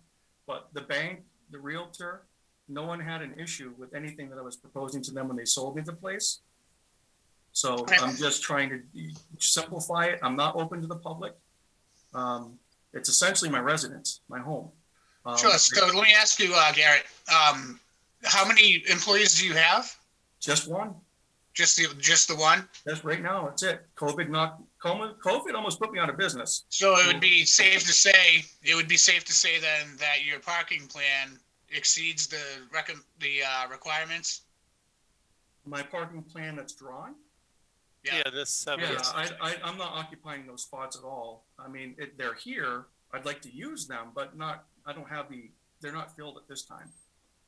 And I guess the other question, you keep saying that you're not open to the public, but a lot of small shops like this do have an office where a customer can come in and make a payment or make an inquiry. Do you propose to have any your office open to that type of traffic? No, I'm not proposing that, no, because it's if the occasional customer wants to make a payment that way, but that's not the nature of our business because we do quoting and everything's done through email or electronic transactions. So we're not really, I've been doing this for almost 20 years and I've never once had someone come to my location. We had been up on Columbia Circle for a period of time.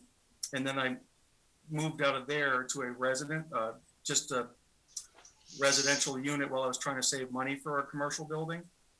So we've never had that type of client. Yeah, we're not that type of company to entertain like a showroom, or there's no need for it because we go to the end user, their home, like your homes and your offices, to take care of the problem there. We meet the customer at their location typically. That's how we run our business. Yeah, thank you for that answer. Excuse me. So you're an HVAC, so you guys carry like Freon and coolants and whatnot? In our work vehicle, yeah. In the work vehicles, and you don't have any plans to have any storage on site for that type of thing? No. Okay. All right, thank you. Thank you, Neil, for the questions. Robert, help me understand the applicant's request for a waiver of full site plan review. If we had required full site plan review or an engineered site, that would bring us things like surveyed boundaries, drainage plans, lighting, landscaping. What else would be involved with something like that if we wanted to see it? Drainage analysis to ensure that the runoff isn't impacting neighboring properties. But yeah, you've got the idea. Okay. Are there significant pieces that I didn't sort of tick off when I went down the list? No, those are the major ones. Okay. Setting aside the Shelter Logic building for now, the pavement and the building and all of that stuff has been in its present configuration since, what was it, 2012 when the pavement expansion was done? I think it was prior to that, the cleaner actually got their waiver approval for that. I'd have to, the files are on my desk in the corner here. I could look that date up, but significant time ago. Yes. Time ago. Now I see in our package of stuff correspondence from an abutter who is SRS Petroleum, who has some concerns about drainage or runoff from this. Have we had any DPW involvement or interest or notation about drainage or runoff problems from this property?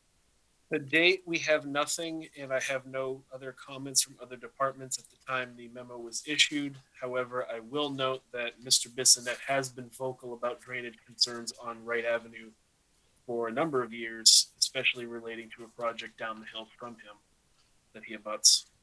Yeah, I remember we spent some time considering that before. And this is obviously on the other side of his property, so it's upslope from it. We're thinking it's been at least 10 or 12 years since there's been any addition of impervious surface or any changes to runoff for those things. Likely. I'll check the date. Bear with me. Okay. Other members of the board have comments or questions? Nelson. Mr. Chairman, I'll wade in on this. As I think if we, it seems to me a bit heavy and onerous to put a requirement for a full site plan review on this particular site. But I think there's one thing that we should definitely have, and that is a written statement from the owner, applicant, saying exactly what he's going to do here.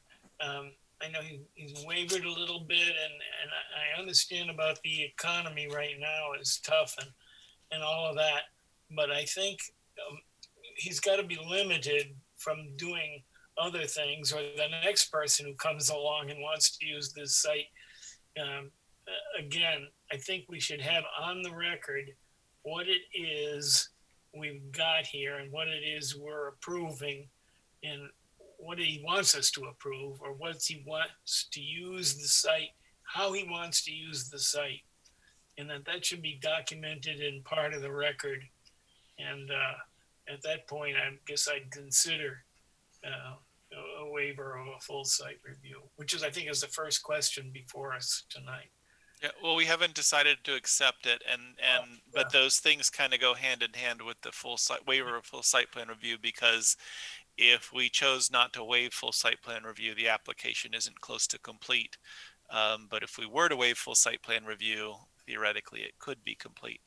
I agree with your notion of having a full understanding of the site, not just in terms of how it's used today where there's one employee, but I want to make sure that we don't inadvertently bind Mr.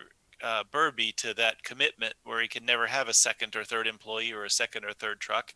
It is, after all, a commercial site. Nothing would be offensive about there being 2 or 3, 4, whatever number of vans, if there's a number of parking spaces for them. If they didn't, if it didn't end up being a kind of a contractor's yard where materials were stored and those kinds of things. Well, that's what I'm worried about. I'm worried about evolving into that kind of thing. That's why I wanted it written down and clear. Yeah. And I'm nervous about some of the questions and answers in the method that we've done tonight, where we're talking about what exists now or what is anticipated short term. And I don't know what will evolve and what Mr. Burby might hope to evolve. I see your hand up, Mr. Burby. Please. Yeah, I didn't want to interrupt, but I wanted to kind of interject. What I was thinking, my envisioning of this property would be I kind of have a 5-year plan to ultimately, it's less than a third of an acre here. It's really limited in its ability to even develop. So my plan was to give me some legal entity, commercial site to operate my business for now. And I'm actually planning on moving this business elsewhere, but ultimately having this become a residential occupied unit. So this is because of what I do for work. I'm a contractor. I'm not trying to utilize this property as a, manufacturing shop or anything like that. But if I did change my mind and desire to build a garage for the purpose of developing the site, I would like to approach that through like an engineering site plan at that time. But I really don't think this property has that type of value to me, or it's just really not reasonable or large enough of a space. That's my feeling on the property. And then as far as my employees go, it's just a place to park a vehicle and drive to work. That's how we operate. Everything that we pick up comes from a supply house. And we have our installs, and we have job site trailers that we utilize. So it's a very simple, to me, it seems very simple how this is going to be utilized to drive to work and go to a job site. Yep. I understood. Some of the things that are simple to you are not necessarily simple to us because we don't know your business as well as you do. But the other thing that we have to take into account is that we don't have 5-year plan approvals. If I tell you yes, it's yes forever. And you can continue to do that and continue to do that use. You mentioned job site trailers and those kinds of things. And as much as those may move consistently from one job to a next, sooner or later, a job site trailer comes home. And that's another element that we talked. Did you mention that, more information to know about? Yeah, we don't bring them to our shop because we rent them. And they go back to the vendor that we rent from. We utilize them to fabricate and process. Like if it's a building, let's say we did the Merrimack Veterinarian Hospital. They didn't have a place for us to work because they're utilizing all of their spaces. So we had to use like a MyBox and buy a certain number of materials, fabricate at their location, park our work trucks there. That's what I meant by trailers. We're not looking to park tractor trailers on site, if that's what you're asking. It's in specific response to what you mentioned, it was what I was asking, but in general, as Nelson was after, was kind of a, sit down and write it all out and tell me the whole story about how you want to use your site and how your business is going to work at any point in the future. If all goes great for you, what number of people and employees do you envision? All of that. And it can't be necessarily limited to a 5-year plan, so that we could know how the property is going to be used. If we did that, if we had kind of a full description, and I think you've given a lot of the elements of it, is just orally instead of written down, then we can take a look at this and say, yeah, I think that we can waive full site plan review, or no, there's some stuff that we need to know about, whatever. Overlying all of that, I think that you'll have to figure out a different solution for the storage in the backyard. I appreciate the idea of a Shelter Logic being affordable answer. I just don't think that it's an element that fits with anything that we would be able to vote for in a site plan. Whether we wanted to or not, I just don't think it's a recognizable commercial structure for a site plan. I certainly sympathize with the idea of wanting to store your stuff, and if you're proposing a shed of some variety, great. That fits right in with something that we can deal with and address. I want me check in with other board members to see where everybody stands with these things and make sure I'm not sort of running off in a direction where everybody disagrees. Mr. Chair, quickly, if I just want to answer the question, the parking expansion was done in 2001. Okay, so it's been essentially the impervious surfaces on this site, other than the potential Shelter Logic building, has been as it's been for 20 years. Okay, Bill. Yeah, thank you. For me personally, a couple years ago, as my colleagues are well aware, my wife and I, we run sled dogs, and we built a dog kennel in our backyard, and I had to sign a letter, and Bob Price can attest to this, that this was not for commercial purposes, that this was for my hobby, my wife's hobby, for us to be able to provide a better housing situation for my sled dogs so that they would have a good place to live. The caveat being that if I ever went from my current situation to a commercial situation, then I would have to play by a different set of rules. And if you were to go and pull the folder for 139 Joppa Road, you will find a letter in there to that effect that that was strictly for personal purposes and not for commercial purposes. I say that because it ties into Nelson's comment about getting a letter from Mr. Burby as to what his particular intention is. And I certainly would agree with something like that, because I think looking at this site plan right now and asking for a full design and engineering, I find absolutely positively onerous to the applicant. You know, he is, you know, you're looking at a site that has received, exceptions in the past for the doggy daycare. Okay, the level of traffic that previously at that site versus what's being proposed now is diminished. You know, similar to his next door neighbor, Mr. Ross, who's gone from one particular thing to another. So I think the traffic piece is de minimis at best. And I think if he was to do anything with the site, I think he understands that he knows he has to come back to us with the full set of plans. So, and I take Mr. Burby for what he's stating at face value. I think, you know, we've been talking about this now for 40 minutes. And I think what Nelson has proposed is reasonable. I think what we have is more than reasonable in terms of giving us an accurate indication of what exists on the property. You know, as far as the shelter logic goes, I have no control over that personally. It doesn't bother me one way or the other, to be perfectly candid with you. Kind of flabbergasted that he has to get a building permit for a structure such as that, which I see as more of a temporary structure than a permanent structure. But be as it may, as it stands right now, I have no problem waiving site plan and allowing Mr. Burby to move forward with what he's seeking to do with this business.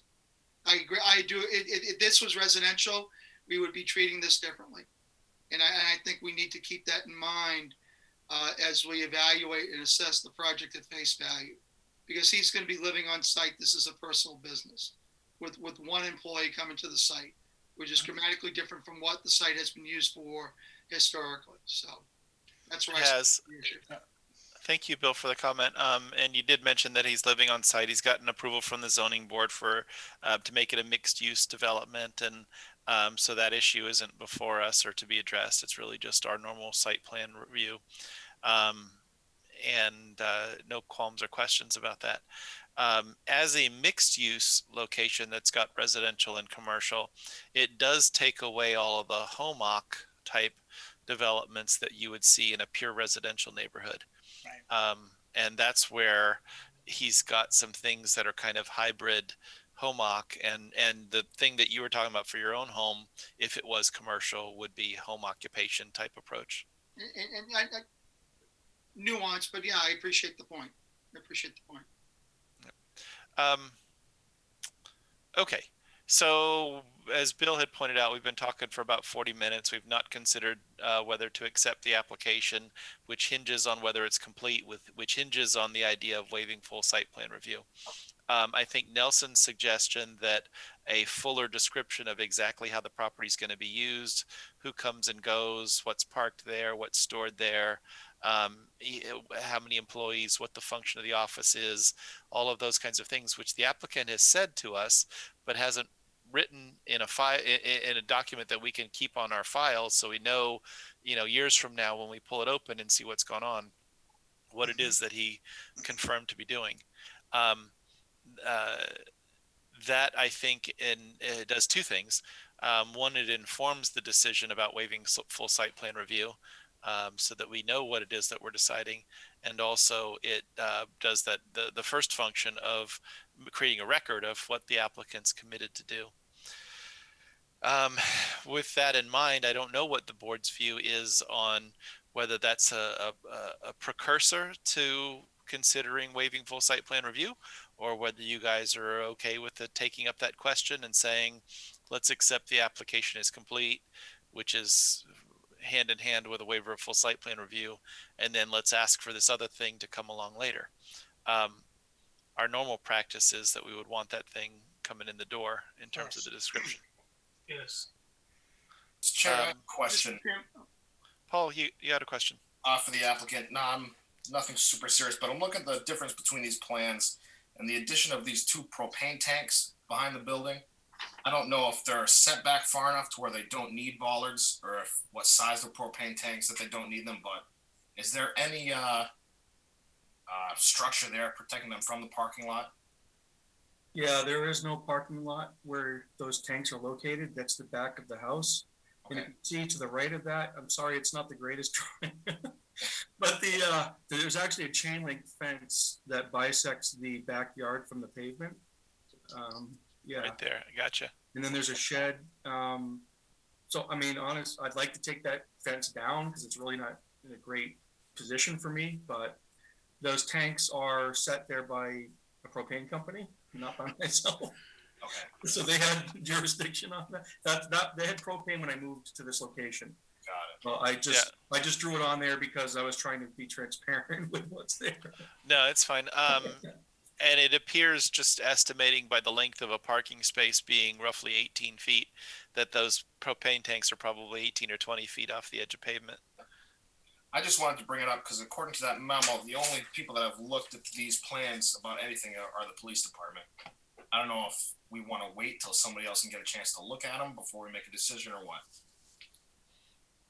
It's up to the board. Other comments or questions? Yes. I'd like to say I agree with Councilor Boyd that it's been like this for this long, and there's really not much of a change. So approving it would probably be the right thing to do. But I also agree with Nelson where I'd like to see what his intent for future use may be on the property, because I'd hate for him to short himself in the future if he does want to expand or try to develop the property in the future, and we have him locked into you can have 1 employee. So I don't know how. I think we do need him to maybe spell it out a little bit more ahead of time before we can give the final approval of it. I was thinking something similar in terms of on its face, on its surface, his request is a type of a contracting business or even a contracting yard. And I know that he doesn't want to store anything and doesn't have any chemicals or supplies, and all that certainly makes it helpful to approve it, except for the buyer of his building in 6 years when he moves to the next greatest thing is going to say, great, I got a contracting yard. And they're going to start stacking lumber and pipe and whatever extra materials in the back as if they had that as a matter of right, which is what could happen if we don't have a real description from Mr. Burby that says although it's a contracting business, I'm not storing any materials on site and I don't plan to access that, and et cetera. So it kind of goes down that same avenue, Neil, is what exactly are we approving? And I don't want to bind him up. I want him to be able to run his business successfully without artificial weird limitations based on, 1 employee or that kind of thing. But I also don't want to give away the farm for the next developer to be able to expand that into something we don't know about now. Does that make sense? It does, yeah. So how do we get there? Gentlemen, it's up to you whether to decide that this is complete as it is, or we want to continue it to the next meeting so that Mr. Burby can provide us that information. I think either way, even if we accepted it as complete, we're still continuing it to the next meeting to get this information. And so it probably makes sense to have the information at the point that you're making a decision on completeness, one way or another. Mr. Chairman, I would move that the board vote. I think I've gone. I'm sorry, Alistair? Are you okay? He's muted. You're muted, Alistair. Are you okay? Mr. Chairman, our view is that if we don't, if we're not going to insist on a full site plan, then we've got to give him the 2 weeks to get the things put right that we've talked about. Okay. So, Mr. Chairman, I would move that the board accept the application as presented, as the information presented on the plan provides enough information for the board to make an informed decision. Okay, Bill's motion is to determine the application's complete. Is there a second? I'll second it for discussion purposes, just so we can vote on it. I think some of Nelson's suggestions about having the more detailed information would be very helpful to the consideration and understanding whether it's complete. Are there other discussions on the determination of the applications being complete? No. Robert, is there any consequence to the applicant supplying us additional information going forward if we determine it's not complete tonight? If the board determines the application is not complete, I think that stops the process. So I think the safer thing to do would be to just do the continuance and then allow him to present something newer, the more toward what the board is looking for. I think it's certainly not my intention to jam up the applicant with starting over or something like that. Bill, is that consistent with your view? Well, what I was going to do, pending approval of acceptance of the plan, would be, my second motion would be a conditional waiver of the site plan, of the full site plan approval, contingent upon the applicant providing the information that this board seeks.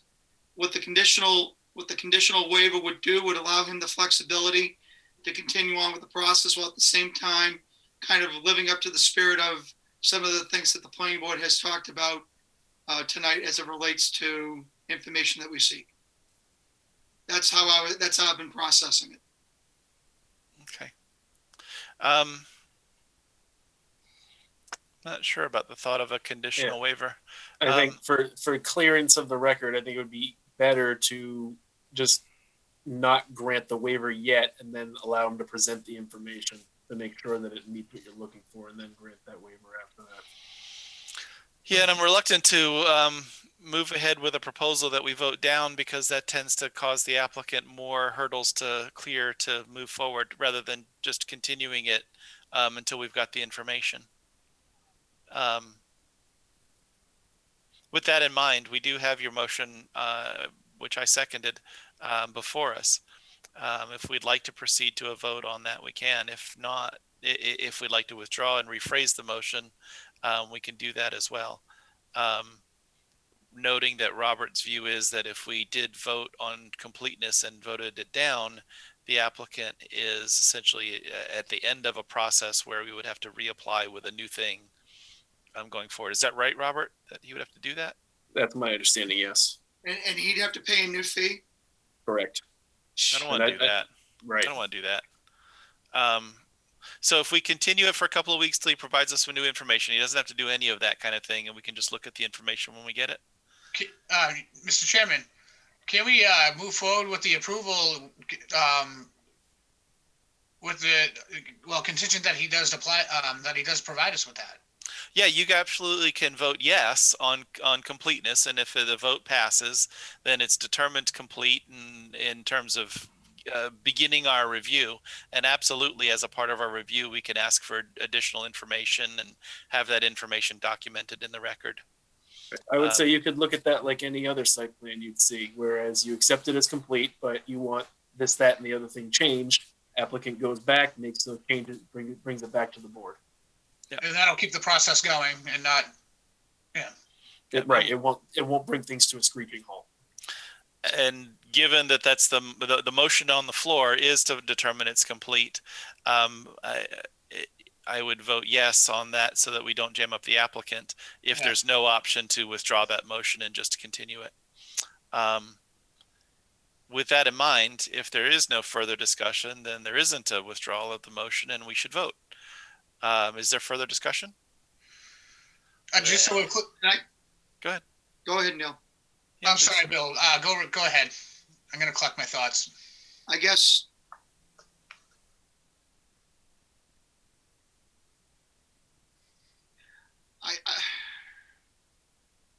the only real difference in the two courses of action is this 65-day decision clock that we're obligated to comply with once we find it complete. Mr. Chairman, I'm going to withdraw my motion. I'm going to make a new motion that the petition presented before us be continued to a date certain, June 1st, as recommended by Mr. Price in his April 2nd memorandum. Second that motion. Motion is second. Discussion on that motion. I'd just like to make sure the motion is to continue acceptance and the public hearing. That's correct. Okay. Further discussion? Then let's vote on that. Alistair, how do you vote? I vote aye to that, Mr. Chairman. Neil? Vote aye. Paul? I vote aye for the motion. Bill? Reluctantly, Boyd votes aye. Nelson? Aye. Bob Best votes aye as well. So 6-0-0 to continue to June 1st, both acceptance and public hearing on the application. Mr. Burby, the intention of doing that is so that between now and then you can give us a fuller description of the way that you would see the property used to its fullest under your control, so that we could vote on that. And if it's approved, then you're ready to go with that. And we've got it documented in our record how you want to use it. What that means is all things: traffic, employees, parking, storage, all of the things that we discussed here tonight. And your answers were all fine. I'm not asking you to change any of your answers or do things differently. Just write it down so that we've got it for our record. Does that make sense? Yeah. Excellent. Robert, is there anything else that you think we ought to cover before we move on to the next item? No, just so does the board, I imagine the board's looking for a revised plan for the next meeting that has these notes related to traffic, employees, storage, parking, everything that was discussed tonight added to the plan? I hadn't really thought about adding to the plan as much as sort of the narrative portion of an application that explains what they're using the property for. But if you feel that it has to be on a note, that's okay with me too. I mean, traditionally, what's on the plan is what we have to go by that makes it formal. So if we have all those notes on the plan, that's really the thing that gets signed and enforceable going forward. Okay, let's do that then. Okay. All right, next item on our agenda is... Thank you. Thank you, Garrett. Thank you, Garrett. So I have to stay for the rest of the meeting? Of course not. Have a good night. Not unless you want to be a member of the board, and then you can vote with us. Okay, item 5 on our agenda is Mary Mac Christmas Tree Farm, LLC as the applicant and Linda Raymond as the owner. Review for acceptance and consideration of a site plan to permit a Christmas tree farm and supporting accessory use infrastructure. The parcels are located at 105 and 107 Turkey Hill Road in the R1 Residential by Soils and Aquifer Conservation Districts, Tax Map 4C, lots 229 and 22901, Case Planning Board 2020-11. Robert, is there anything that we need to know before we hear from the applicant?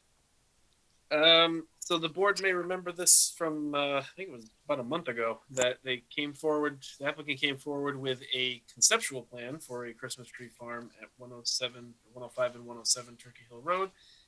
Tonight is the formalized application for that plan. Not really much else to say since it's so recently presented, so I'll just turn it over with your blessing to Mr. Peterson. Excellent. Matt, go ahead and introduce yourself again and tell us about the project. Excellent. Good evening, Matt Peterson with Keach Nordstrom Associates here representing the Mary Mac Christmas Tree Farm application. In front of you tonight, also with me tonight is Derek and Vanessa Gagnon. We were in front of you in January for the conceptual hearing on this. We then went to the zoning board to get their relief, and now we filled out the applications and the plans and back in front of you here today. So just to let the board where we are at, we're at 107 Turkey Hill is the existing house. The lot that was created is labeled 105 Turkey Hill. That incorporates a lot of this land that you see back in here that was obviously cleared at some point or treed at one point. So you can kind of see the limits pretty clearly. What was this property at this location here? The property that we have in front of you is the 105 Turkey Hill, which makes its way, as I said, all the way to the north here. This parcel here is about 8.661 acres in size. My client is looking to purchase this property and utilize it as a Christmas tree farm. And in doing so, he's also worked with the current owner of the property to utilize some other land in the back for the Christmas tree of theirs, and also some area in front for parking and snack shack and access and that type of stuff there. And I'll go through that as I go through the plan set here with you. As I said, pretty clear of what we're looking to do here. I know there was one comment about this easement back in the corner here, but just to deal with it right now, we didn't put anything in that, but I think that's something we'll go through with Robert and finalize to make sure it's clean on the last plans. What we'd like to do is utilize this front area here. The original application had a driveway on this location here for lot 105. The driveway was going to come in on 105 and then access the existing house and then make its way up and around. One of the comments you'll see in staff is that there's this existing easement that goes up there and up this way here. This was on the subdivision plans for the 2 lots being subdivided. I met with Greg Michael last week. Because it was never deeded or sold, the lot or anything like that, no deed's been created yet. So that easement has not been recorded because she is not able to deed herself an easement. So it wasn't going to be able to be deeded until such time that it was sold. What we'd like to do is instead is remove that one there now, and we'll do an encompassing kind of this red easement over it. That would be basically an access, use, utility easement over their property for the benefit of my applicant to move forward with their project. So what we did is at the conceptual, and we talked about, you guys had brought up lining this up across again, because before it was going to be just a single family home. So we off-centered it. It makes more sense now being across from the other. So what that does is why we don't need the easement for Linda here is because she comes in on her own property here and can still access her house. So that's the reason some of the cross easements are gone. It just becomes a little cleaner. What we'd like to do is propose a gravel parking area at this location here. I know that staff has brought up about the question on the number of parking spaces. There's a lot of things that I've learned over the last couple months about a Christmas tree farm that I don't have answers that I normally have answers for. And that's going to come up when we talk about the waivers and stuff like that here. But the first one was like traffic study. I figured it'd be pretty easy just to grab the IT books in the back, talk to Steve Keach here and write something up. Well, come to find out there's no studies of Christmas tree farms in the IT books. So my only option was kind of to go to the one in Litchfield there, but obviously I had to make the right times to do it. So, you know, it's such a short window from, we had said November 1st, but it's more towards the middle of November to December 25th. So it's a pretty short window, just not a lot of data out there to collect from. And I think we've all got Christmas trees over the last 10, 15, 20, 30 years and understand how they kind of operate and how many people usually see at them and stuff like that. We also would like to propose a snack shack. Again, that would just be selling stuff, hot chocolate, stuff like that that's on site. We also propose an area for porta pots. I felt like we probably should incorporate that. One of the things we'll talk about is trying to deal with lighting. I just finished Mel's Funway, the hay rides and stuff like that for them a couple months ago. And we had to go through the whole process of the planning board because one of the abutters was on us on a lot of different stuff. And they do the stationary because they just rent them for, it's about a month and a half that you rent them for. So again, a lot of things I think staff has brought up. I need some feedback from the board on how you think we should proceed on this. But again, we went to the conceptual. We had a lot of the abutters kind of spoke in written letters. A lot of board members had written some letters here, or not written, but explained to us their where they stood with this. So again, we've done pretty much a full engineered plan. My first application had a full waiver request, but there really wasn't a need for that. We have everything except 3 waivers that I'm asking for. And as I said, the first one is the traffic study. The second one is the lighting. And the third one is the internal landscaping. That was another one interesting to me. I felt like it was good to put something up front here, but people are coming to this site middle of November to December. I'm not sure if I could stick a couple just sticks in the ground because there's going to be no leaves or vegetation on a lot of stuff. So I think the landscaping was kind of an interesting one as well over the last couple months that I was looking at. So that's the waivers we're looking at. That's kind of the site plan we're looking at. One of the things that was discussed was some of the stuff that, you know, what does he do here? How does he do it? We brought this to the Conservation Commission. I do not believe that I showed this to the planning board last time, but it's been a few months. I might have. But this just outlines, you know, basically that the farm here is going to use natural growing practices, free of pesticides, you know, nothing for harming the water, air, and that kind of stuff there.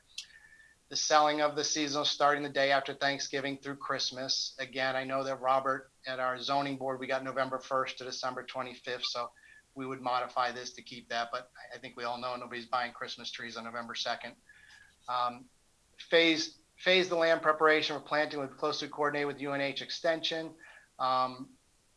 Derek and Vanessa have been talking to a lot of different entities that deal with this in the state so that they can understand everything from the type of soils that this lot has to make sure it's conducive for the type of Christmas trees they would like to build, sell, to how it all works, how it functions, and that kind of stuff.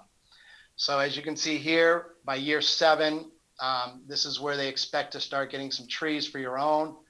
He's throwing roughly about 600 trees, and then they would replant the following spring on different kind of trees and stuff like that they've looked at and see what people are buying and stuff like that. As I said, one of the things we talked about at the conceptual hearing was that we were looking to be able to sell Christmas trees for the first, 6 to 7 years on site. I had shown a display area for Christmas trees along in here, as well as up in this location here. We have a 12-foot wide gravel path that would bring us back into the Christmas tree farm and around the areas for the sale of trees for those first 6 to 7 years to supplement a lot of the trees that we're looking to sell. One of the other things that just to kind of bring your attention to is the other farms that we have. Photos. All right. Yeah. So this is the tree farm in Litchfield right now. That's on 3A. And once you along the street view, there's not a lot you'll see. I mean, these are the trees back in there. I actually biked by one in Deering the other day on 149, and all the trees are a couple inches high and stuff like that for the first few years. So not a lot that you'll see from different areas except trees, little trees growing. Obviously, I think it's been quite a long night here. I think I've touched upon everything I had to from the waivers and the plan. I'd kind of like to get your input on this here, and as long as everybody's still awake, hear what you guys have to say. So thank you. And thank you, Matt, for the presentation. Do you know how many acres the one in Litchfield is? That's a good question.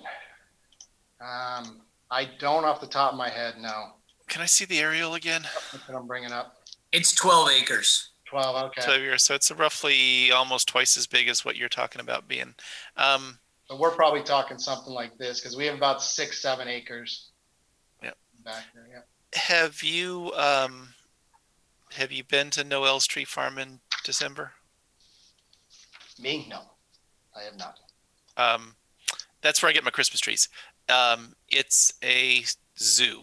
It is a circus. It requires police directing traffic at the entrance 4 days a week, Thursday, Friday, Saturday, and Sunday, through December, to get people in and out of the place. It's absolutely swamp mobbed. And if that's sort of the comparable model, then you got to incorporate sort of how do you deal with that traffic? Do you intend to have, physically somebody directing traffic to enter and exit the site for the month of December, obviously only December. I certainly agree with you and the applicant's view that 11 months out of the year, it's a very peaceful looking farm with very picturesque rows of Christmas trees growing. Come December, with wreath sales and all the stuff that's going on there, it's an extraordinarily busy site there at Noel's. That oval shaped driveway that you see at the entrance is about 10% of their parking. The field over to the left of the Christmas trees in there is their backup parking, and they pack that field bumper to bumper. when they're really going.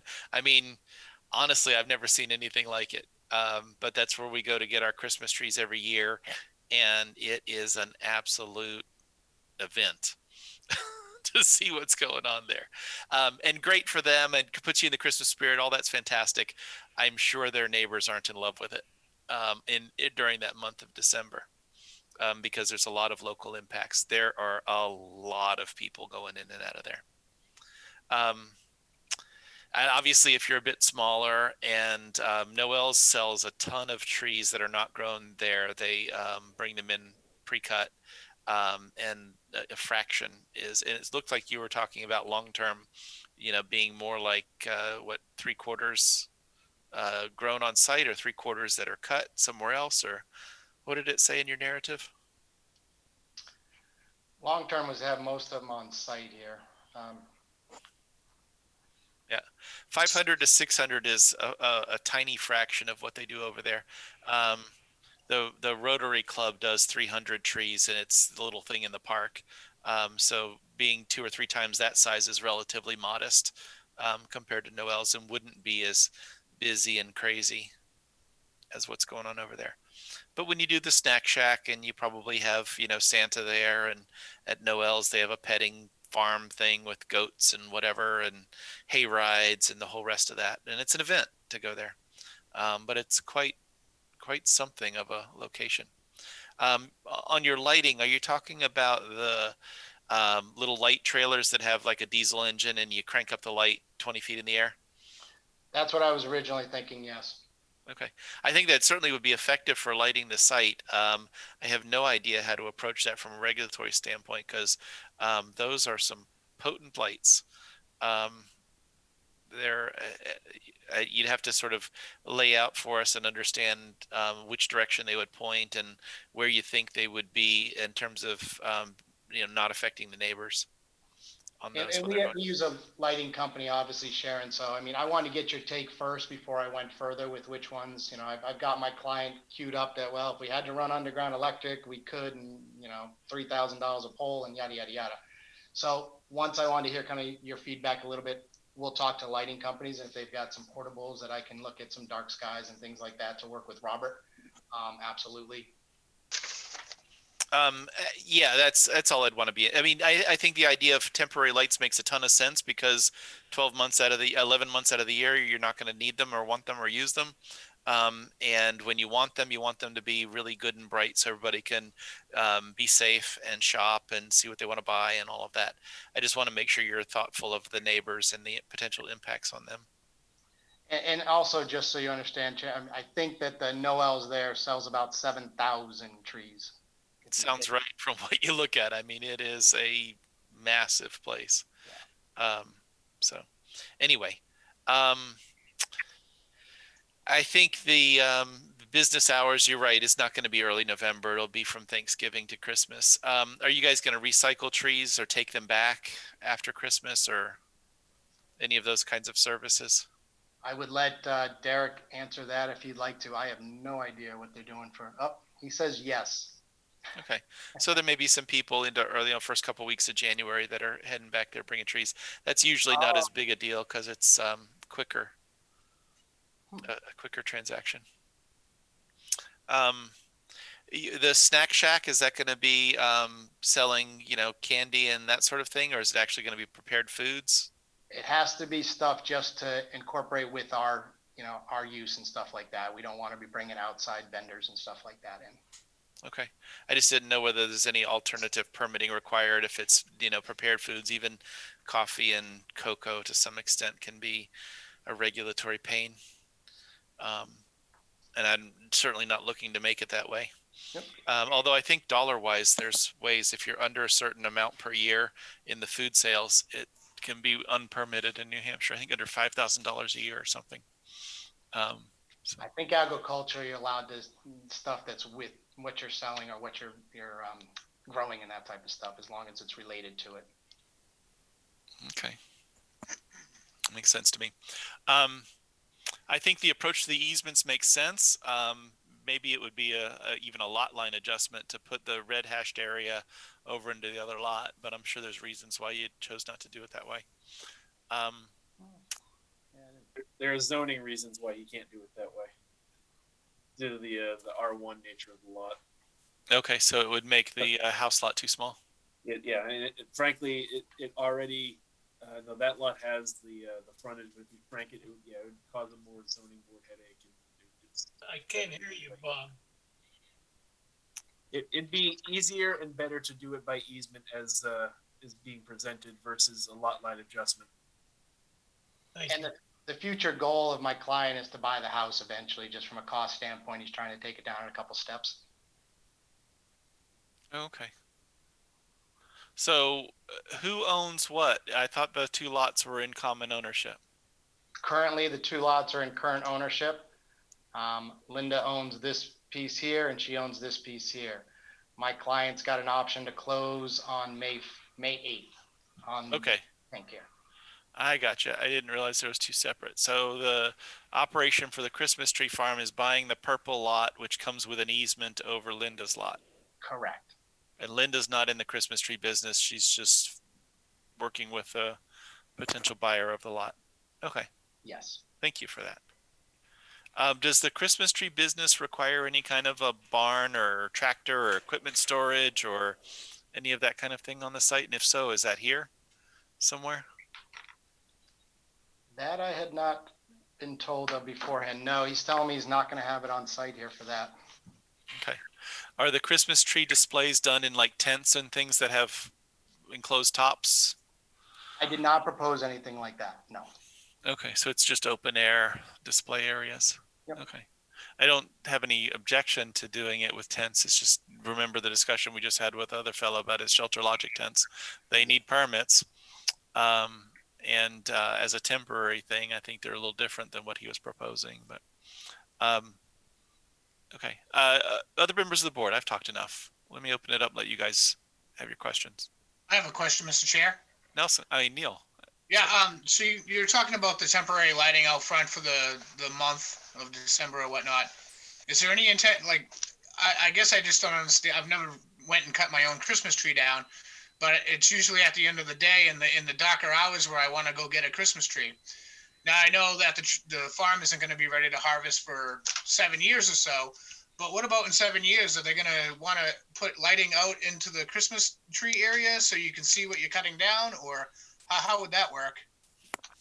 So my understanding is that cutting of the trees is only during daylight hours. So obviously you reduced your traffic here quite a bit to probably just Saturday and Sundays a lot during those times. Okay. And there's no intention to put any lighting or any electrical out into the fields for any other purpose? He's telling me no.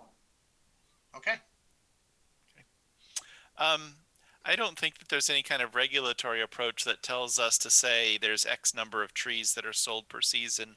But certainly as the business grows, if it gets to be, where there's a lot of traffic going on, there's got to be an expectation that your client would respond to that and adapt to it and use traffic controls that made sense for that period of time.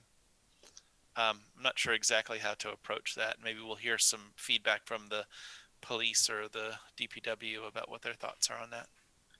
Well, yeah, and I think it's pretty easy with the notes on the plans that if we become successful as Noel's, we would have a police detail, no questions asked. Yeah. Your clients wouldn't be happy anyway, because without the police, you can't get in there either. I'm like, can you knock it out, but you can't get in. Okay. Other board members with questions? Nelson. Yeah, Bob, a couple of things. First of all, I want to ask about the access road coming up and crossing where it crosses the wetlands. You right there, right under your hand. Yep. Is there fill there? Is there a culvert there? Is there some kind of waterway through there? That right there, you got it. Your grading comes up a little bit here, but no, there's no culvert through here right here, but it was an opening to the back. I'm sure it's probably Linda's husband or so had it for years and years here, but our wetland scientist, as we have here, went out here, Josh Bryan, and this is where the wetlands are. comes up, drops down 2 feet, stays even, then it'll make itself back up, comes back up to the 2 feet as we go there. So it's kind of splits both directions with the drainage in that location there. It's not a continuation. Okay, I thought it was a continuous stream, maybe. It looked, yeah. Okay, then I want to turn to another page, and the one that shows the shading. It shows this lot, and there you go. This one here. This shaded area or striped area is intended to show the areas that can be planted. Is that the intent of what that is showing? Yes. And it goes right up to the borders on each side. There's no setbacks from any of the abutters. Is that correct? Correct. I couldn't find anything in the regulations that required that. And as my clients told me over and over again, he's going to plant Christmas trees all along every property line. Yeah. Okay. So 5 years, they'll have Christmas trees. Yeah. All right. And there's a road that goes through here where you probably won't want to plant Christmas trees, right? That little pathway, that cart path, you've got to have some vehicle access through there. It kind of disappears. Yes, I have not gridded out this on how he would do his lines and stuff like that. That's kind of him and UNH to kind of figure out their best things on that. But yeah. So yes, I did not show that. Yeah, and last time when we first looked at this, we asked about ledge outcroppings in here, and we didn't get an answer. At that time, you hadn't walked the site or surveyed for possible islands where you can't plant trees. I guess that's what I was looking at. Okay, I'm sorry I didn't have that comment written down, but I can take a look. I'm not aware of any ledge that's out here. I know that Derek's, again, walked this with UNH, taken some soil studies and stuff like that, and feels it's a good location for him to do this. So, okay, as long as they're not overlooking something that's going to interfere with their process, yeah. We had done test pits up in here on the previous application, and those were on that subdivision there, and they were fine for state subdivision approval and that kind of stuff. So, yeah. Yeah. Okay. Mindful that the status of the application is that we've not determined it to be complete, and we should take up that question and deal with it if it's the will of the board to do so before we dive too much more into details. And then there's some waivers that the applicants asked for, touched on them a little bit already. The staff's recommendation is that we would allow peer review to take place before taking up those waivers. So, question on completeness. What's the will of the board? Mr. Chairman, I'll make a motion that we consider this matter complete enough for us to make a determination. Is there a second for that motion? Second, Mr. Chairman. Motion and a second to find the application complete. Let's go through a roll call vote. Let's see. Councillor Boyd. Boyd votes aye. Neil Anketel. Vote aye. Alistair Milnes. I vote aye. Paul McLaughlin. Vote aye on the completeness. Nelson Disco. Aye. Bob Best votes aye as well. 6-0-0 to determine the application's complete. Certainly it's appropriate for the board to have further discussion. The staff is recommending that we continue it to a future meeting to allow peer review results and then to take up waivers at that point. And we can also open up the floor for a public hearing at some point here tonight. What is the will of the board for what you would like to do next? General discussion or public hearing? And we certainly could take up the waivers even though the staff's recommending that we punt those. Public hearing, Mr. Chairman. Sounds good to me. Are there any abutters or interested citizens who wish to weigh in? *9 to raise your hand. If you're on by phone. Let me see if I can find a way to see everybody at once here. I do not see any hands go up. Going once, going twice. Councillor Boyd. We did get an email from somebody. Would you like for me to read that into the record, Mr. Chairman? Yes, please. That'd be handy. Okay. This email was received on Monday, April 5th at 9:08 a.m. to the Community Development Office from Robert and Deborah Utero, 5 Acacia Street, obviously in Merrimack, regarding the Merrimack Christmas tree farm.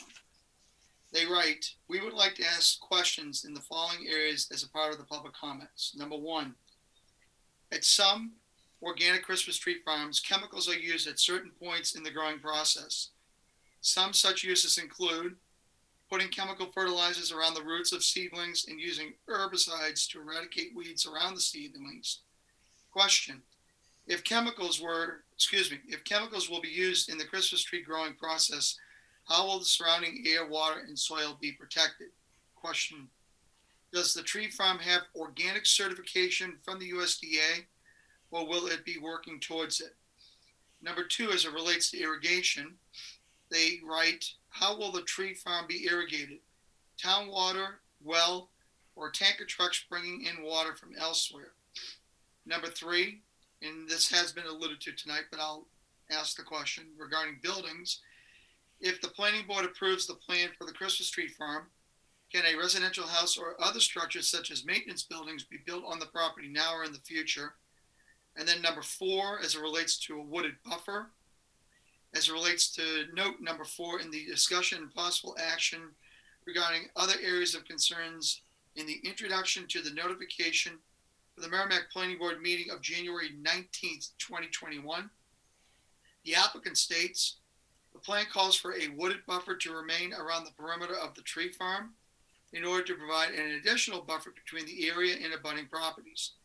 Is the width of the wooded buffer the same as the setback buffer? Thank you for addressing these questions. Robert and Deborah Utero, 5 Acacia Street, Merrimack. That's it, Mr. Chairman. Thank you.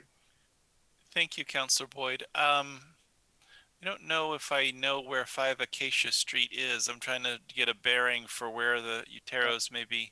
So 5 Acacia Street, if you're running north up Truckee Hill Road, okay, right where the town owns the corner lot, that's actually. Okay. Okay. Are there any other abutters who wish to weigh in? And then before we turn to the applicant and have them respond to those questions, I don't see any hands up. If none, then let's close the public hearing. Matt, I want to pick up on some of the comments that are in that email. I don't know that the planning board has any jurisdiction over the notion of organic or inorganic, but I'm curious about it. Is there an organic certification for Christmas trees? I thought that was sort of limited to food products. Is there one, and how does that work? And are you seeking one? And what does that require of you, if so? Correct. So there is no USDA certification of organic Christmas trees. You're right on that. As far as us using organic treatments and kind of stuff like that, yes, that's what we are proposing on this here. I think as Derek and Vanessa have talked about, this is something that they see as teaching their children something about the environment and growing these trees and kind of that kind of stuff there. I didn't get number 3, Bill. I'm sorry, I was writing stuff down here and I missed that one on his letter. But number 4 was the wooded buffer. I didn't say that at the January, so I'm sorry if that's what they interpreted on that. There was not, there's 60-foot building setbacks on this. We were not, as I said, we're envisioning utilizing as much of the land as possible. Again, very similar to, what you see on the other Christmas tree farms. Again, this isn't a building. There's not structures. There's not garages, tarps, that kind of stuff there. So, yeah, we were looking to have it just be natural, open Christmas trees up to it. And then number 3 was buildings, and it says if the planning board approves the plan for the Christmas tree farm, can a residential house or other structures, such as maintenance buildings, be built on the property now or in the future? Obviously, no residential structures and stuff like that. If we got this approved here, this would be for this use. That's on that. I'd have to confer with Robert, but I would assume if a shed for a tractor or something 5 years down the road was to be built, that I would probably have to file something with the planning or building department, or we would put something on to that caveat on it. Right now, we don't have any plans for that. Again, if we're selling 7,000 trees in 10 years, yeah, we might come back with some place to put something. Mr. Chairman, if I may, Steele. Just Matt, I do recall in the last meeting that I had asked the question about to make room for new growth, you have to clear cut everything. And I believe my question was, are you going right up to the boundary? And that may be why that came up. I don't recall the answer either. I don't recall the answer. I remember asking the question, but maybe that's what they were alluding to. So, for what it's worth, Mr. Chair, I actually went back to the minutes while we were talking. It says in the minutes of that meeting that Neil did ask about the growing process and clear cutting and whether they're planning to cut all the way to the property line or leave a natural buffer. And at the time, the minutes say that Matt said that the intent is to clear cut the land. But as for a buffer, there's no discussion amongst themselves yet, since it's still early in the project. So there was no reference to planting or leaving a buffer, rather. Yeah, pretty much how I remember it. Robert, I'm not aware of any buffering requirement between this type of use and its neighbors. Are you aware of any? Am I overlooking something? No, there's nothing. No, and I think even if you were requiring a buffer, a wooded buffer would be a form of buffer, and Christmas trees are functionally indistinguishable from whatever you're buffering them from. Well, I mean, even if it's a cut your own tree, you're going to have people walking out, possibly crossing the property line. I don't understand how that works.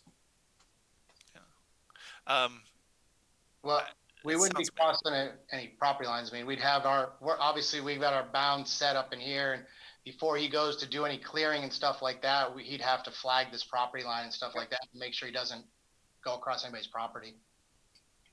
Yeah, I mean, the good thing is, as you can see with the overview here, I think it's pretty clear this property's been cleared. I mean, treed at some point, because you can see where this line's going to be. Yep. You're right there. Yeah.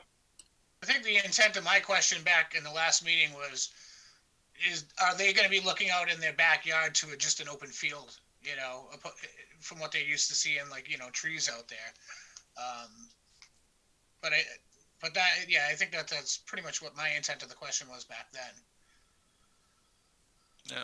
Yeah. Understood. And although I'd have interest in people's view out their window, I don't know that fits within our regulations to say someone's obligated to do a thing or not a thing based on someone's ability to see the previously existing forestry.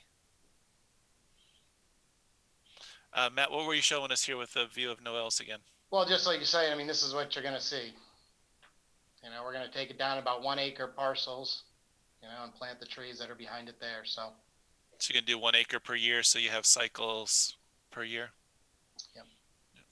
Actually, I was right out near there today. The client to the south of that or the person to the south of that's one of my clients. That little ugly mobile home park that's over there. They selling it? Mm-hmm. Yep. I got some people interested. We can talk. That one's well down the road towards a sale. Tenants are probably going to buy it, but who knows? Yeah. Anyway, other questions or comments generally about that? Did we cover all of the things that the Uteros had raised in their email? I don't think, Matt, did we touch upon irrigation? They had asked that question. Oh, I didn't hear irrigation. Derek, I do not. Water, tanker, town. How are the trees going to be watered? Mother Nature, unless there's some really serious drought, in which case. Hold on, state your name, just so you know you are. Hi, Derek Gagnon. Thank you. So yeah, for the most part, Mother Nature takes care of these trees, unless we have many months of drought in the middle of summer with no rain at all. And even then they can pretty much survive, but so Mother Nature. Okay, good deal, thank you. And just to take it a step further, if there is a drought, which we have had plenty in the past, what's the backup plan? It wouldn't require a ton of water. So at some point, I was, with approval from the town, I was thinking about maybe putting in place a rainwater collection unit, just so we have some water on site in case we need it. And that way we don't have to even go down the road of tying into the town water or digging a well or anything like that. That's a great idea.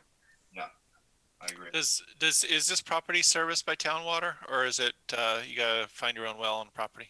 We have town water. Okay. So obviously, if you're using the volume of water for irrigation, you'd have to deal with whatever else is going on with drought conditions and odd even and those kinds of things, which may not make enough water available to you. Of course, rainwater collection also is drought affected. So it's a difficult puzzle. I think Mother Nature is probably going to be the best solution. And I don't think that it would be economical or feasible to use trucks to bring water to water 6 acres of anything. Ultimately, as long as you've got water service, and for planning board standpoint, we're not even concerned about the water service to the plants. We're thinking of water service to structures and people, which you don't have any other than the snack shack.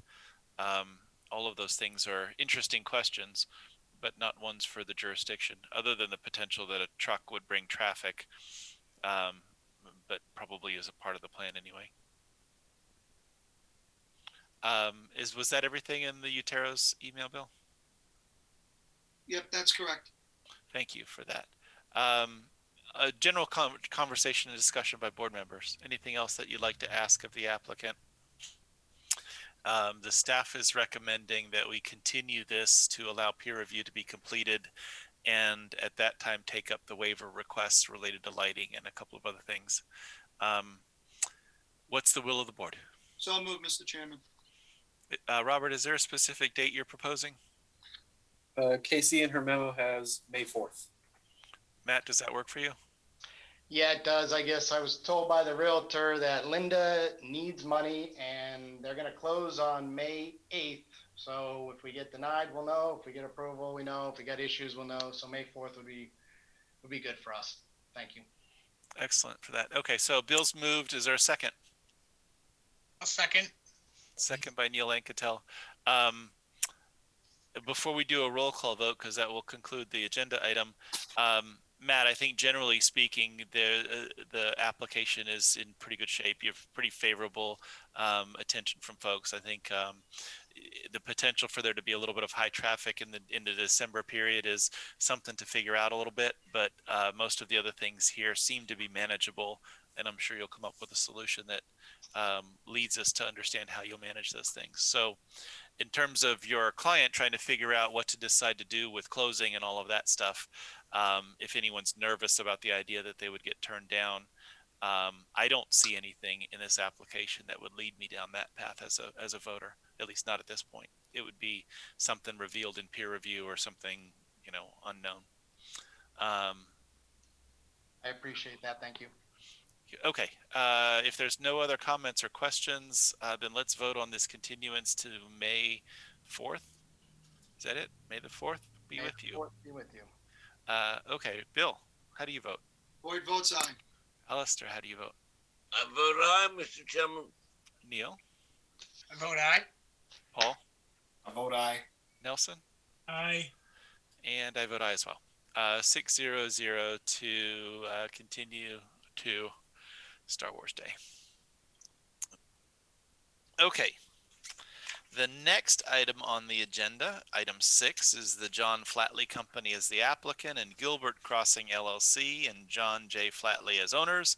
Review for consideration of an amendment to a previously approved mixed-use development conditional use permit to permit 96 additional multifamily residential units. The parcels are located at 645, 673, 685, 703, and 707 Daniel Webster Highway and 5 Gilbert Drive in the I-1 Industrial, Aquifer Conservation, and Wellhead Protection Districts.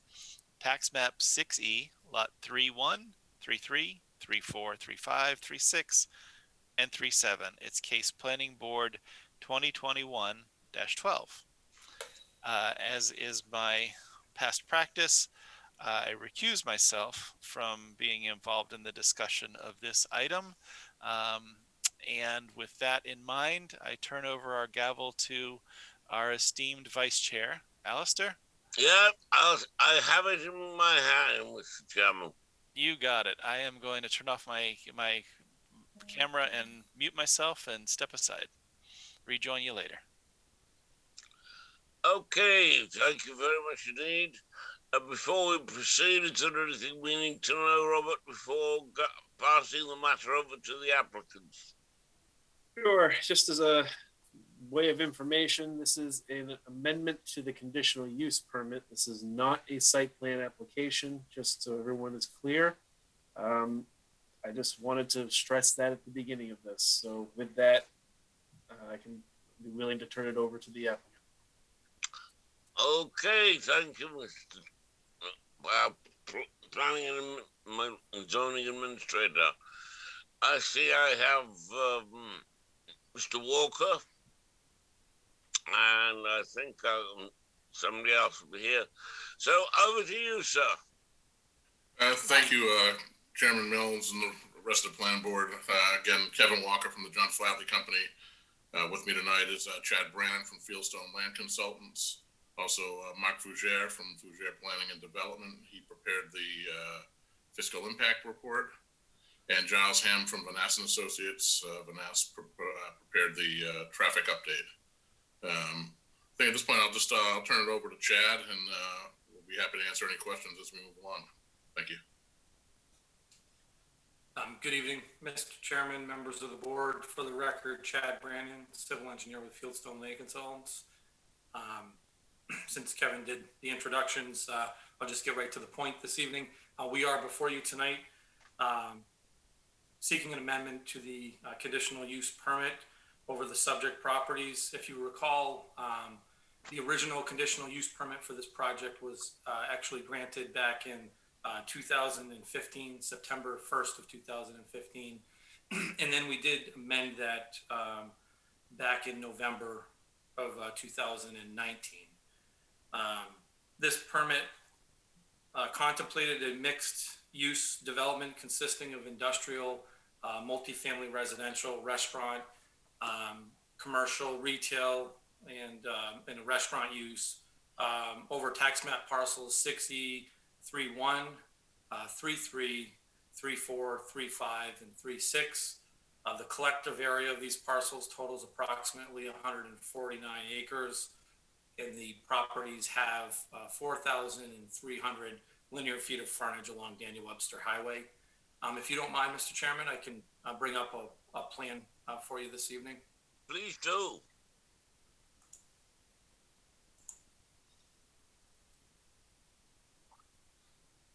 Can everybody see that?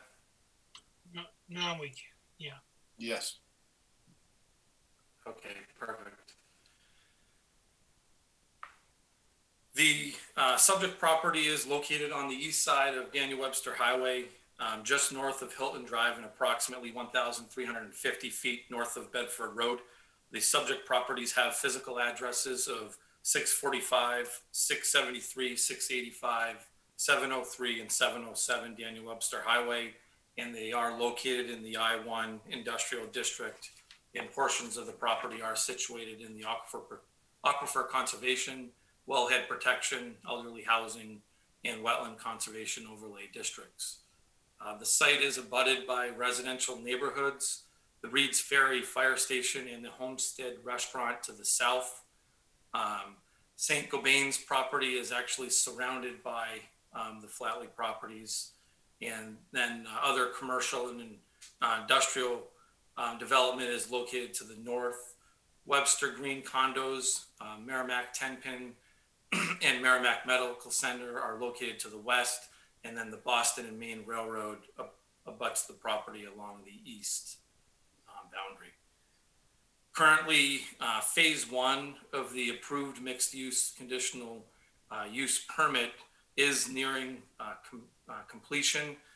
This first phase consisted of the construction of 5 multifamily residential buildings, and that development is known as Gilbert Crossing. It's situated along the southern portion of the property as depicted on the plan that we have before you this evening.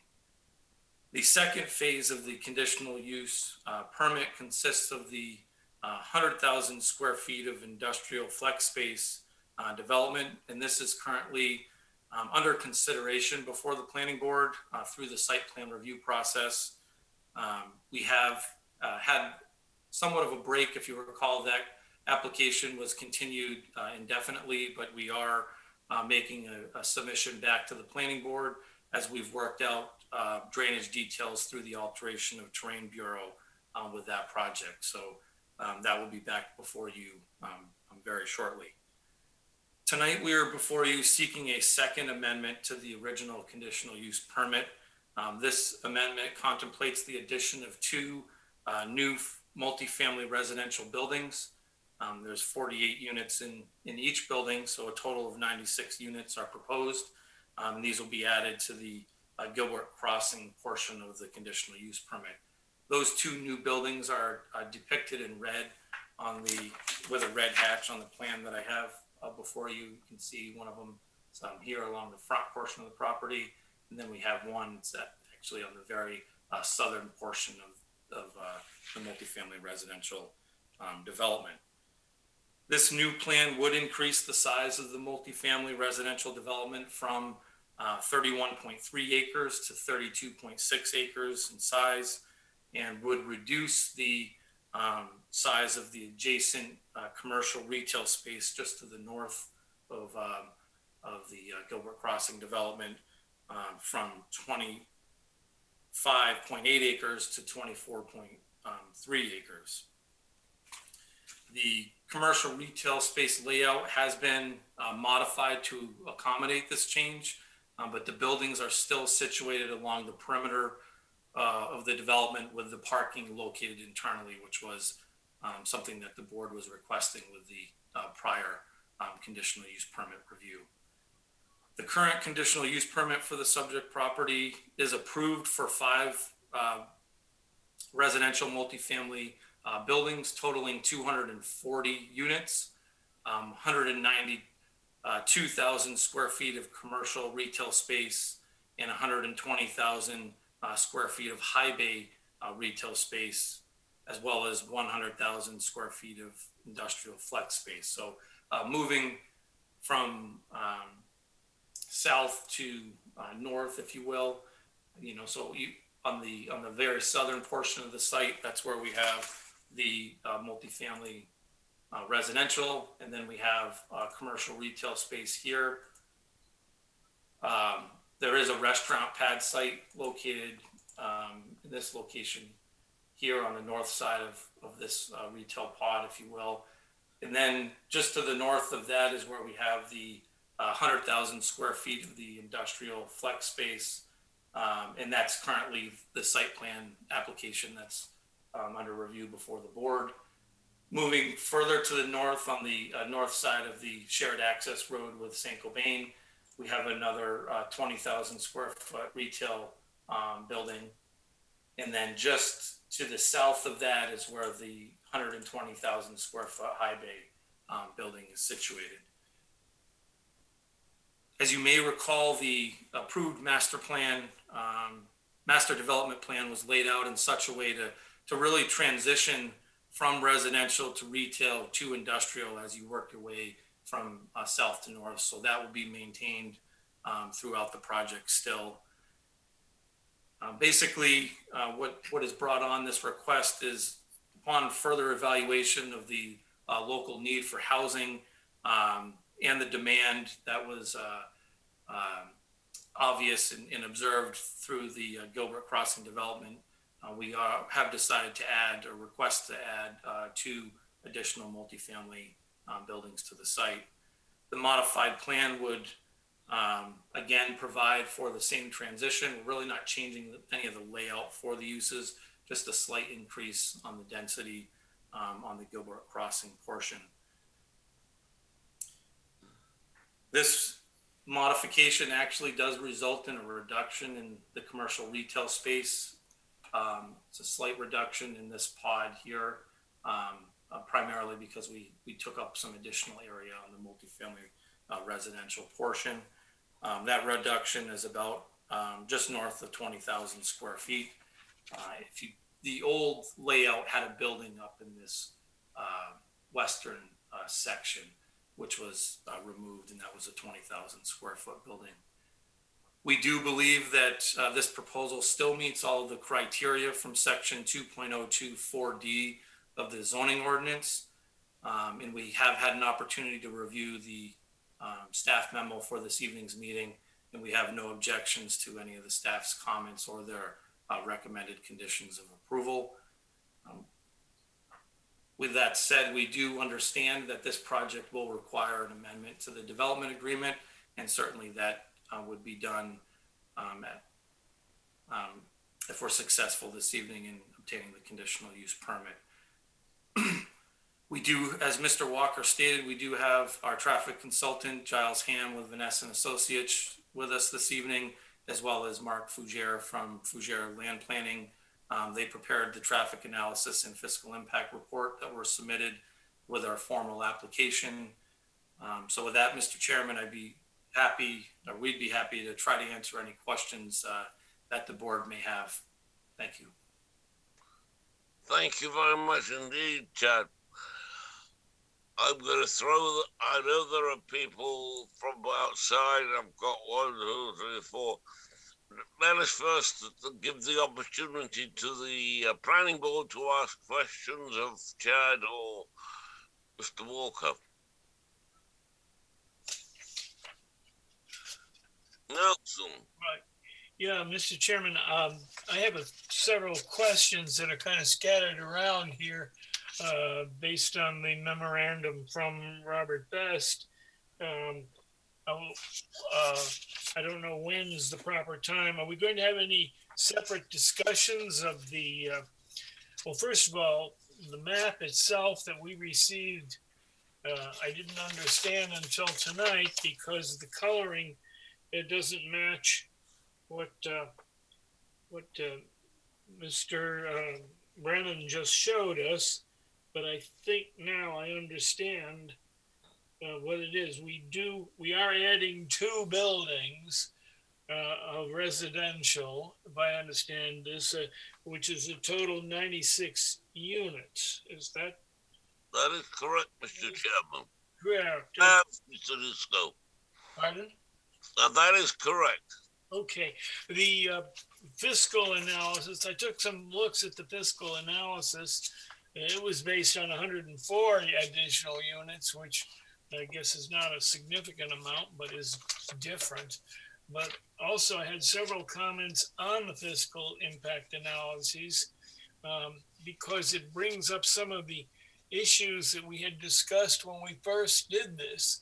And that is in their tables comparing, looking at like towns and like developments, they used quite a number of apartment buildings and retails from other towns and other communities and not Merrimack's. And I just kind of wondered why they're still sticking with that after all the discussion we had of it the last time we brought this up. Those are 2 quick questions, and then there's a bunch more here from Mr. I guess this one is from Timothy Thompson, and he talks about very specific questions, Nelson, or are you just saying you haven't answered what I said 3-4 years ago? I think I understand. You're asking me a question. I thought you were looking for where we were. I still have some concerns that I wanted to talk about. When do you want to talk about them? Do you want to talk about them now, or do you want to open for public and then? I'd be happy for you to raise them and we can maybe discuss around them. When we discuss around them? I'm sorry. Well, please raise your concerns.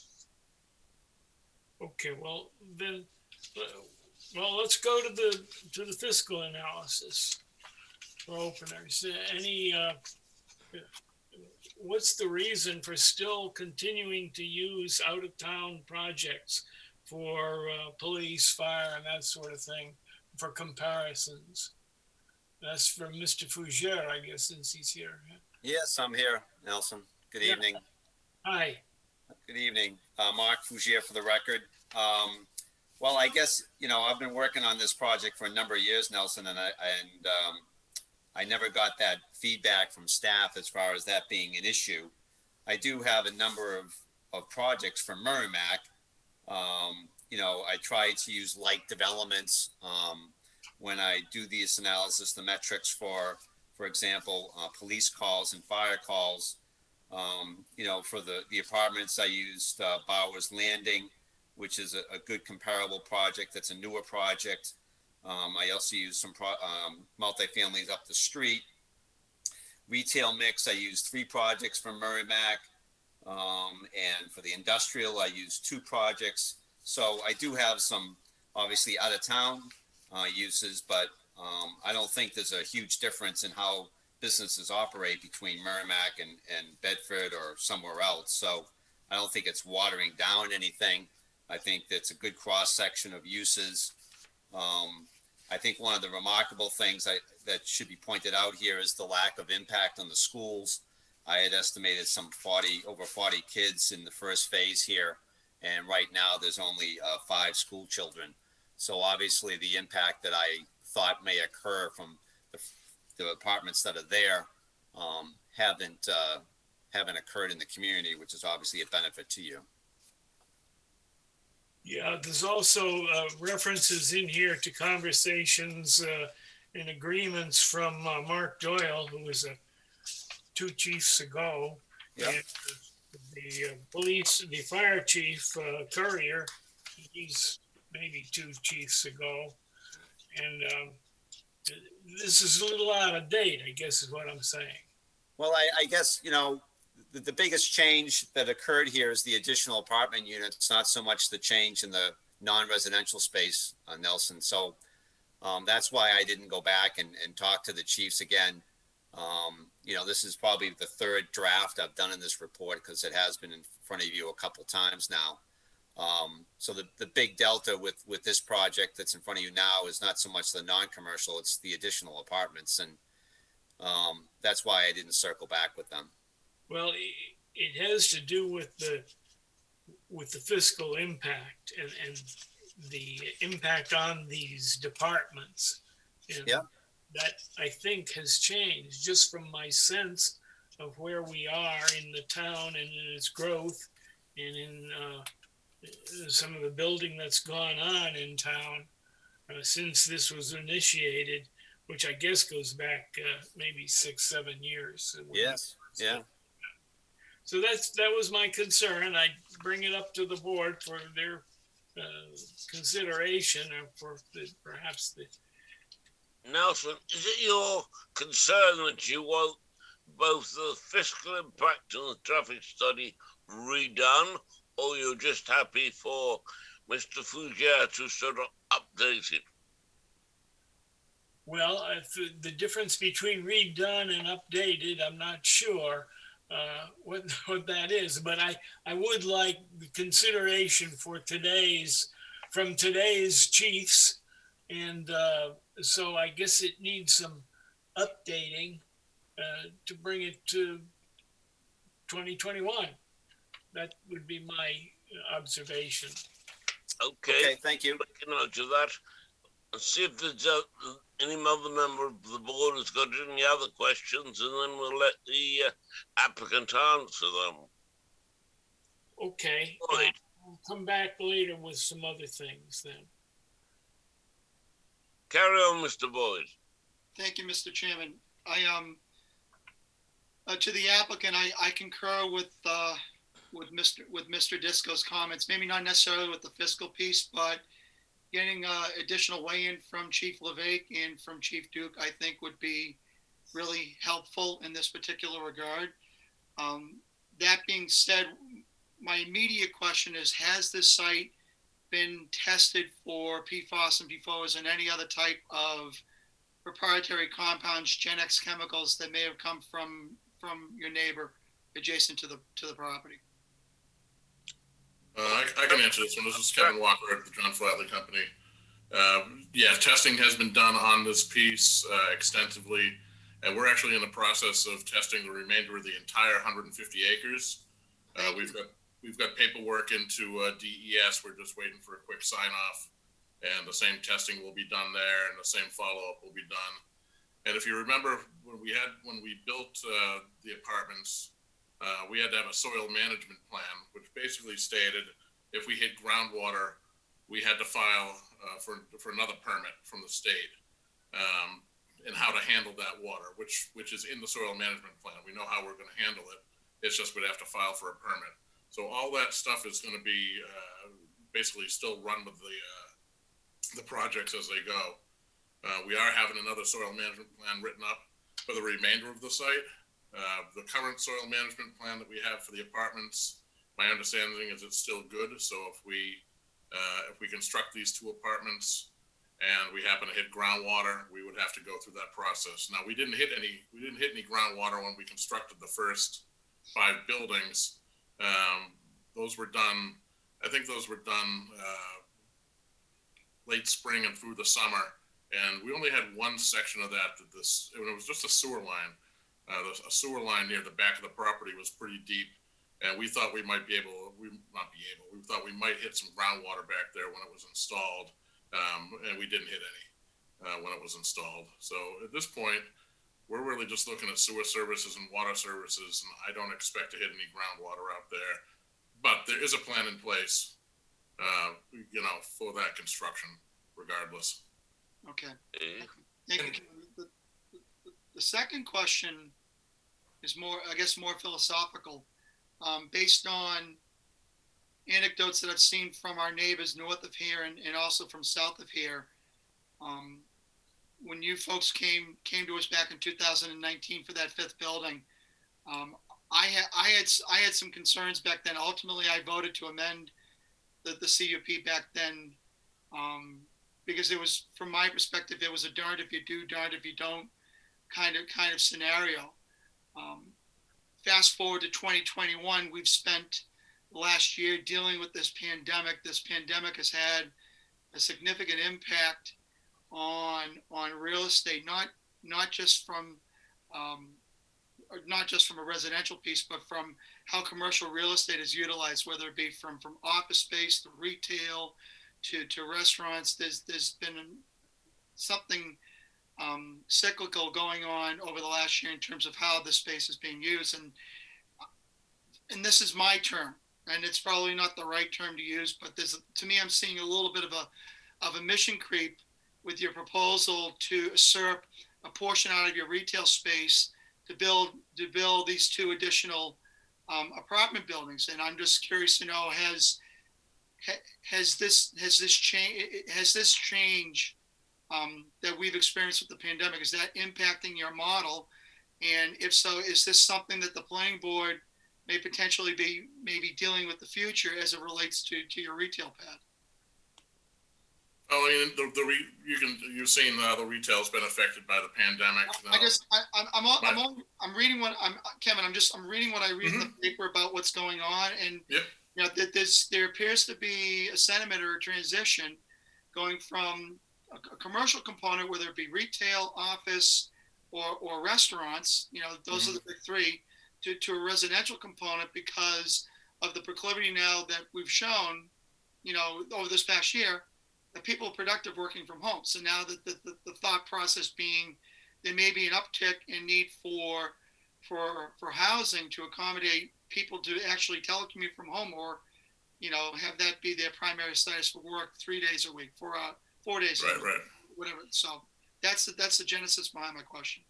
Yes, I mean, so the pandemic aside, these buildings filled up almost immediately, including the last building, Building 5.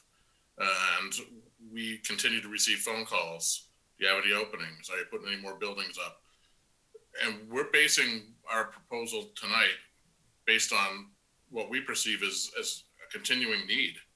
It looks like more people want to live in the apartments, and the folks there that are living there now have been nothing but complimentary of what we've got up there so far. And it's not so much trying to downsize the retail, it's more providing housing for what appears to be a pretty still a significant need. We weren't surprised to see the 5 buildings fill up. We were surprised to see how fast they filled up.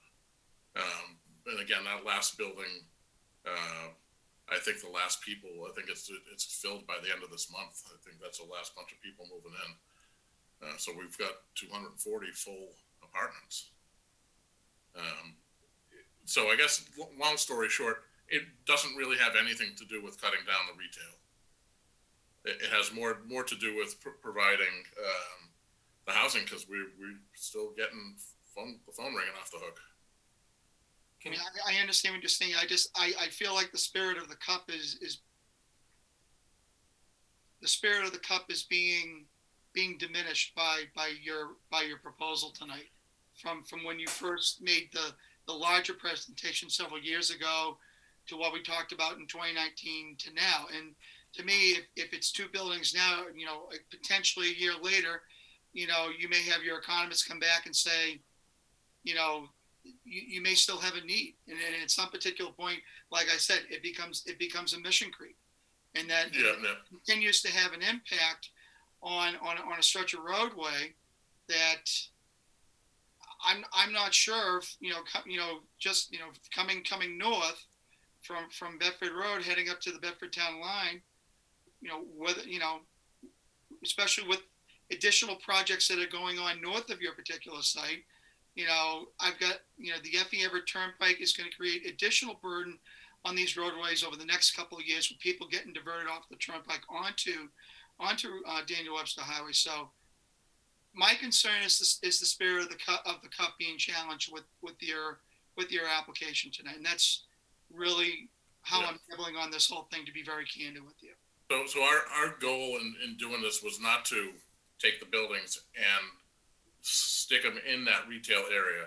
We saw that we had room within the development that we already had, and we wanted to stick to that and try to leave that retail area as big, if not the same size. And we had to cut a little bit out. And truthfully, there's probably some more room to add a little bit in there. There's a wetland up front. It gets a little dicey with the building and the parking. We could maybe request a parking reduction and put more square footage in there. And maybe that's something we end up doing down the road. Can I speak to this, Kevin? Because I think if you don't mind, Mr. Boyd, I'm just going to bring the plan back up so I can speak a little bit more specifically to this proposal. Chad, do what you need to do. It's not a problem. Thank you. Sure. So if you take a look at the layout of the multifamily project, one of the concepts when we were looking at this plan is, the infrastructure really supports with very little work the proposal that we have before you tonight. So basically, we can add 1 unit or 1 building off the end of the project, and then 1 building up across from the clubhouse, if you will. So the traffic flow, the parking layout, everything is very similar to what exists currently. In fact, very, very minimal modification. So it's not like we're adding parking lots and kind of creeping with significant infrastructure expansion. It just happened to work out where we could make some minor modifications.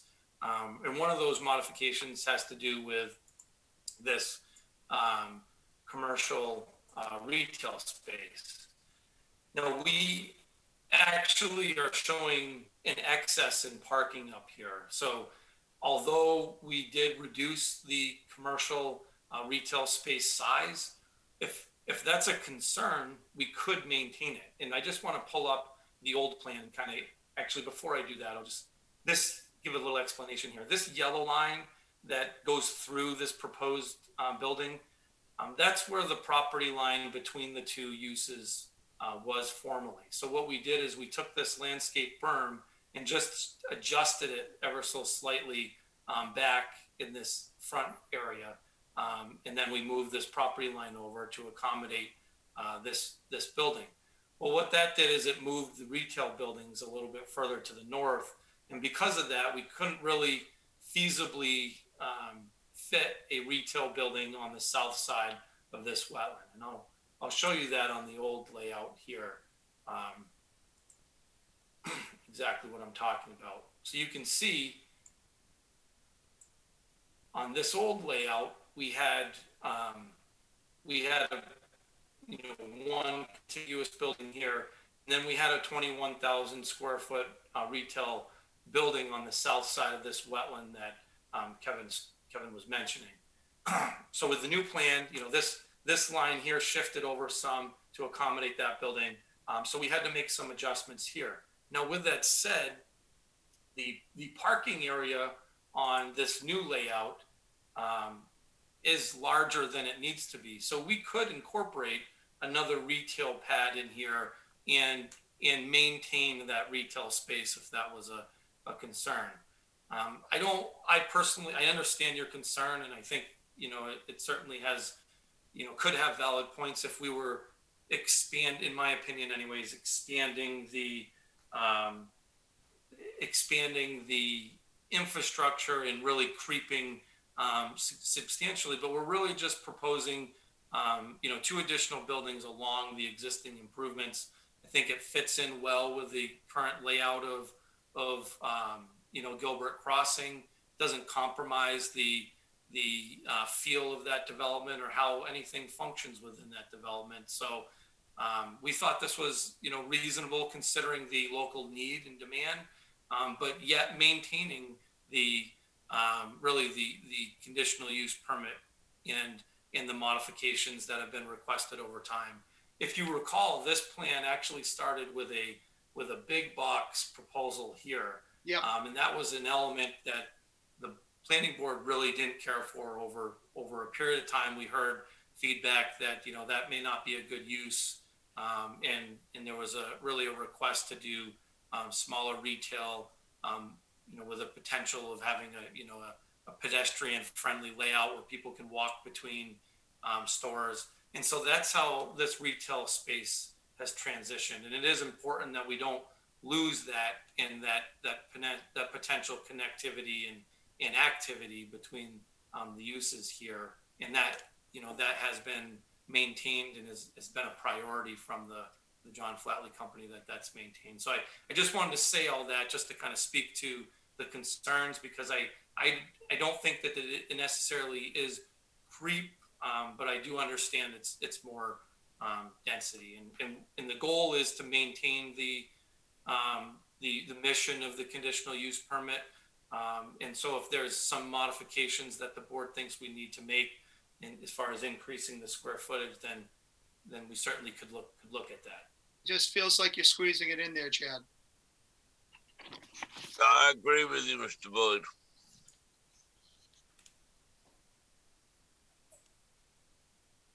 Yeah, I do too. So those are my questions. Thank you, Mr. Chairman. Okay, has anybody else got any further questions before? I think Chad gave us part of the answer. Sorry, Nelson. Okay, just one little bit, because it came up while Chad was talking to that site. Have you provided additional parking in the Gilbert development to allow for these additional buildings? I didn't notice any change in parking, and maybe it's just I didn't pick it up. We did make some modifications to the parking, but the plan meets all the parking requirements, and that's noted on the site plan. So we did add some. It was minor additions, but the current plan does meet the local regulations. Can you just point out where it is on that site, on that picture you had up there? Sure. Yeah.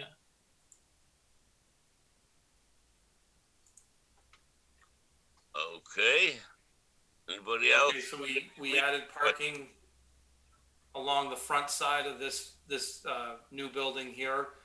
We added this parking area here as well on the south side of the building. And down in this location, there was enough parking through this corridor here, so we didn't have to add very many spaces. But in total, you can see on the plans, over here, we noted, sorry about that.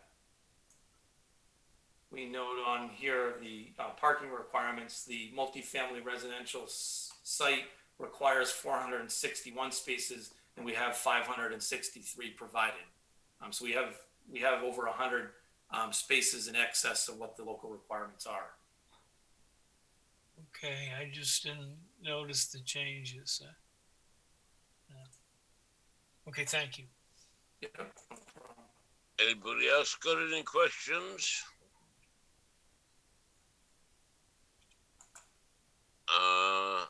I know there are people outside wanting to toss their hands and hats into the ring. So why don't we have a pause from the board and throw this matter open to public testimony. I see 1, 2, 3, 4, 1, 2, 3, at least 5 hands, and I can start with the first hand that's got it up. The number ends in 110. Please tell us who you are and go ahead. That's the phone number, 603 something something something 110. Do they have to unmute their phone by hitting *6, I believe? Correct. I think that's correct. I think. We can hear you now if you want to state your name and go ahead. Go ahead. Okay. Did you mean 0110? Yes, please. Okay. So my name's Ashley Tenhave. I am at 75 Shelburne Road, Webster Green. Resident here. I'm also a board member. So one of the biggest concerns that we've had all along for this whole thing is the traffic study and the traffic that's going to be put through. And now you're adding 2 more buildings with even more residents coming through. And I understand that there was a new traffic study done, but this traffic study was done before school started and in the middle of a pandemic. I don't think that this is very accurate. And I really think that putting this many more residents in here is really going to affect the terrible traffic we already have on this road. I'm also concerned regarding the fire and ambulance. There have been a lot of calls. We've had to call in a lot of outside help from different towns. Our fire and our police are very overtaxed already, and I have a concern that this is going to bring a lot more issues with that. Thank you. I understand that. Any more? No, I think that's good for me.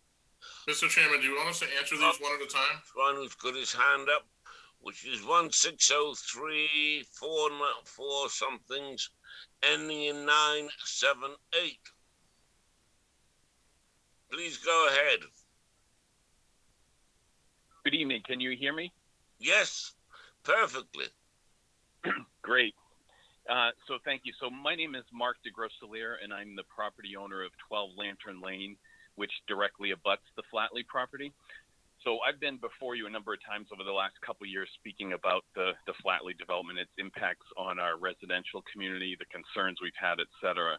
And tonight I just wanted to address a couple things, as I know we're considering, or the board is considering some further changes and amendments here. So just to go back, obviously it was touched on earlier, initially this development was, supposed to be a mixed use development, right? So, elements of commercial buildings, retail, restaurant, industrial, along with some residential.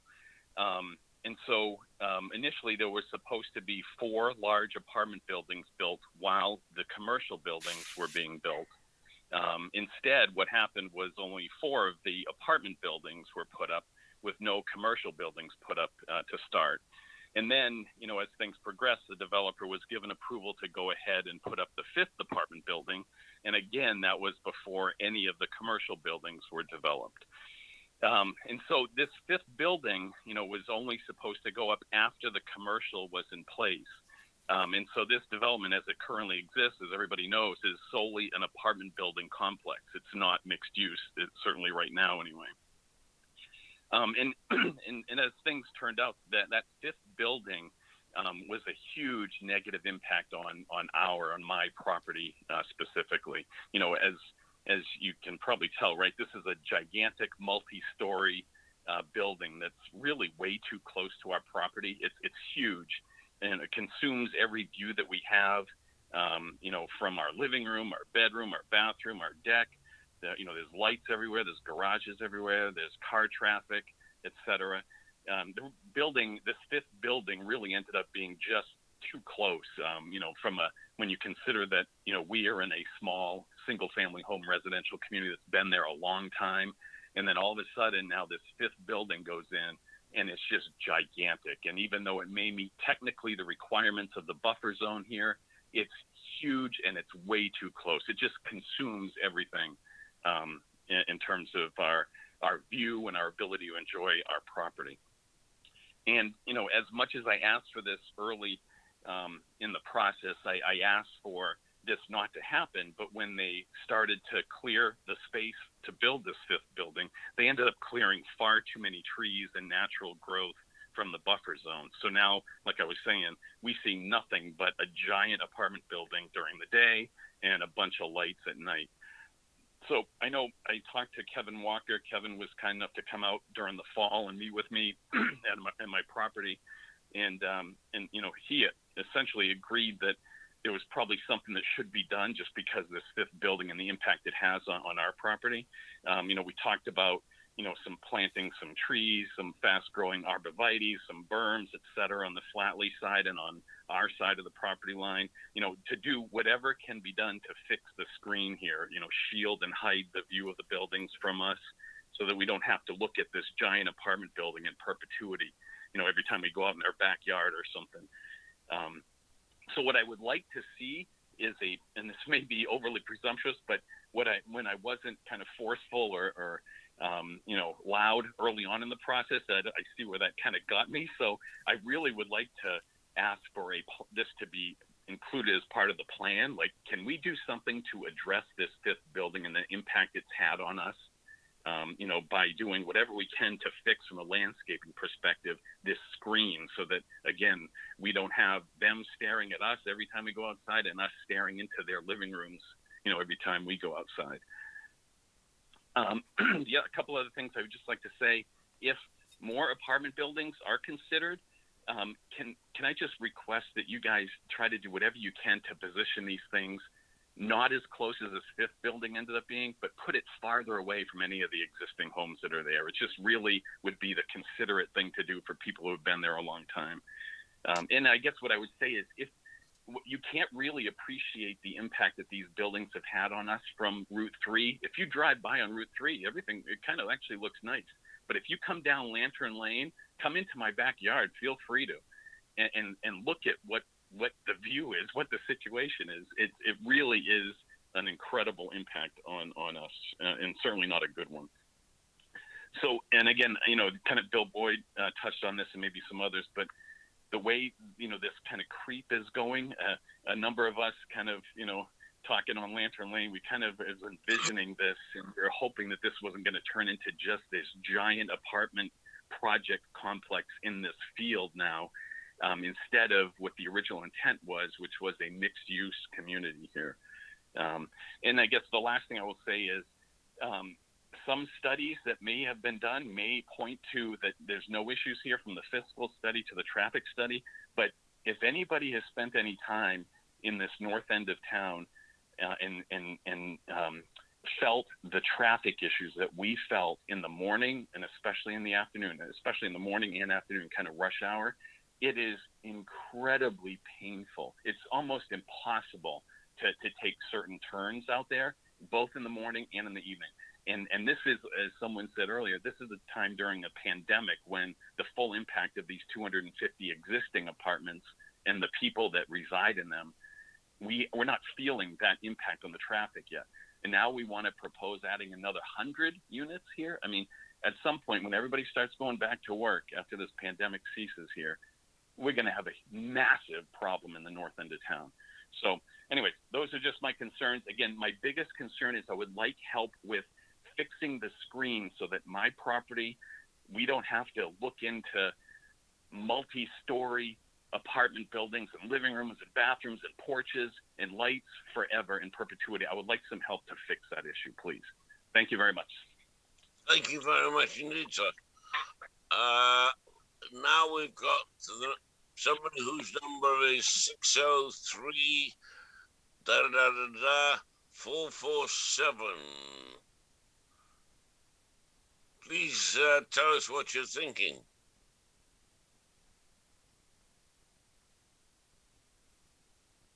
Oh.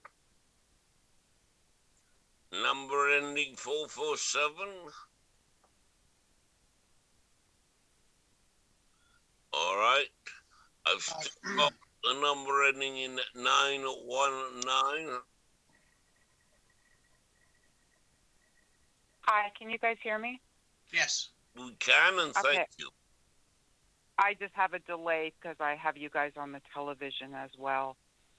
Catherine Hodge, live on Belmont Drive here in Merrimack. I just want to touch on a couple things. Nelson had mentioned the fiscal impact and the fact that it was done many, many years ago. That definitely needs to be updated. Mr. Boyd had talked about a mission creep, I believe was the way that he phrased it. It seems like that to everybody. First, there was supposed to be 4 buildings, and there's 5. Now they're throwing in 2 more. And I don't understand how they don't think that approximately 196 more cars, that's based on the fact that there would be 2 per unit, aren't going to affect the traffic here. And I believe one of the other callers mentioned the traffic study. That was done, like she said, during a pandemic. It was done in August, and it was done at 2:00 in the afternoon. That has absolutely no bearing on the amount of traffic that we get here, either in the morning or in the afternoon. Getting to the retail, which Nelson touched on in the meeting in 2019, September, I believe, it was discussed that Merrimack has a lot of empty retail in town.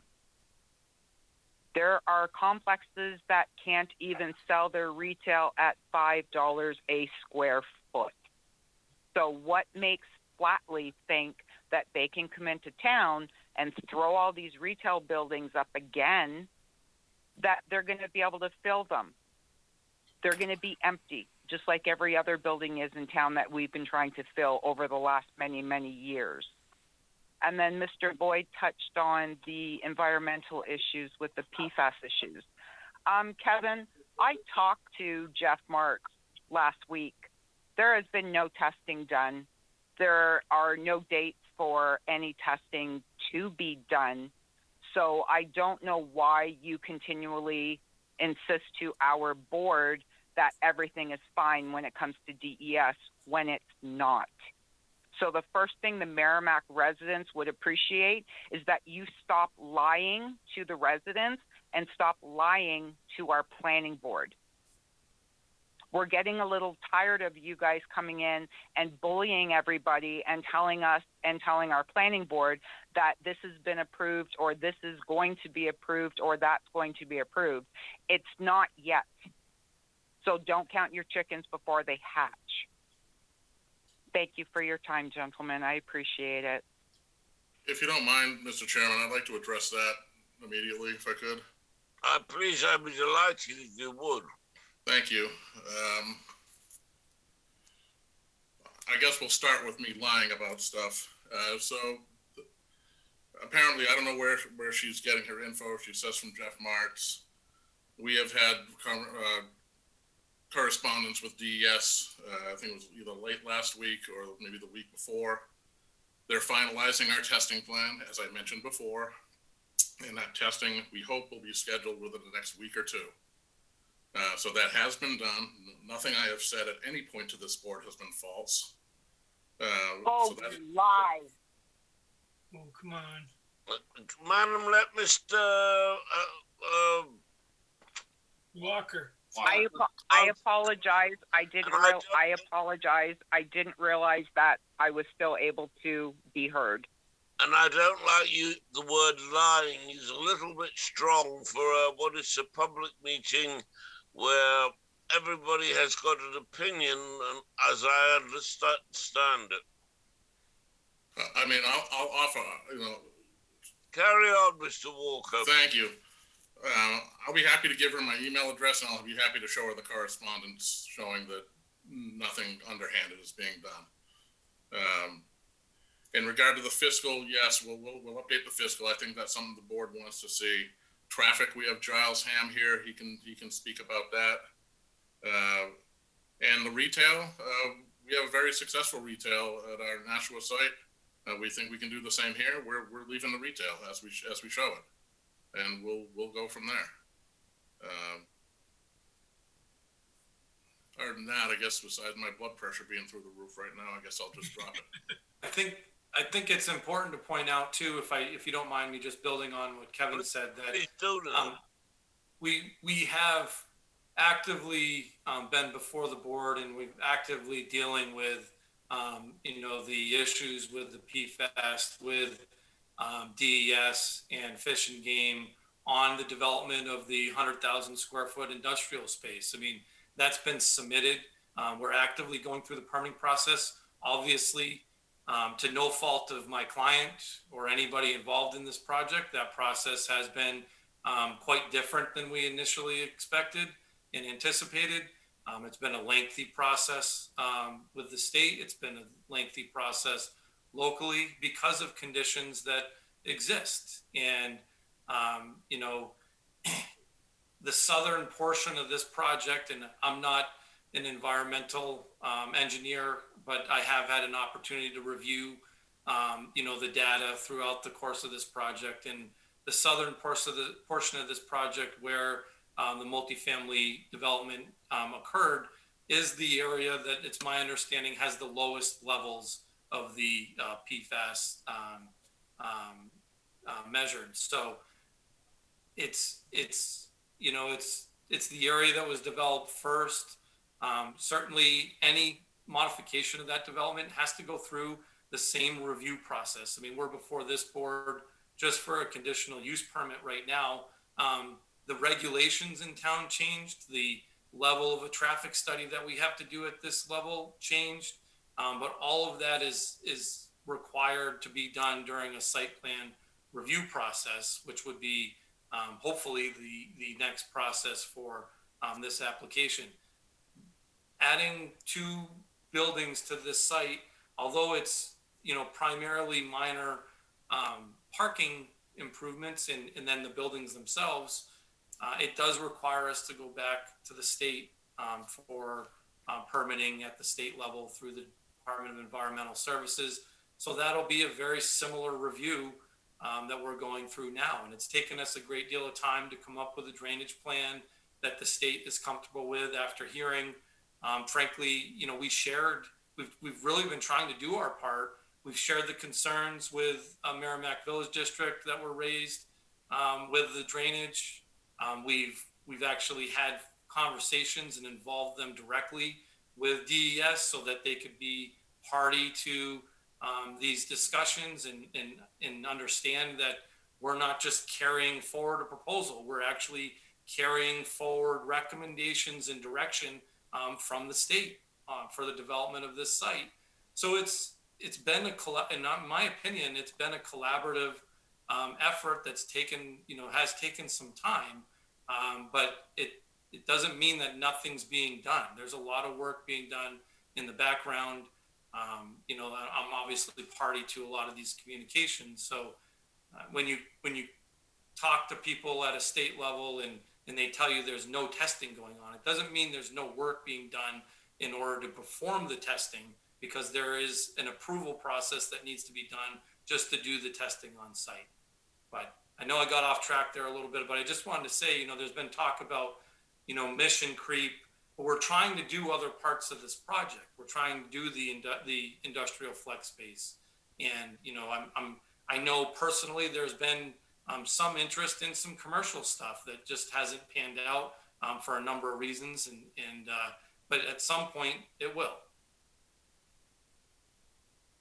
And further, just to add just a couple more things, we're in the process of designing another part of the industrial space on the site on the north end. That's just in the design process. You guys won't see that for a little while.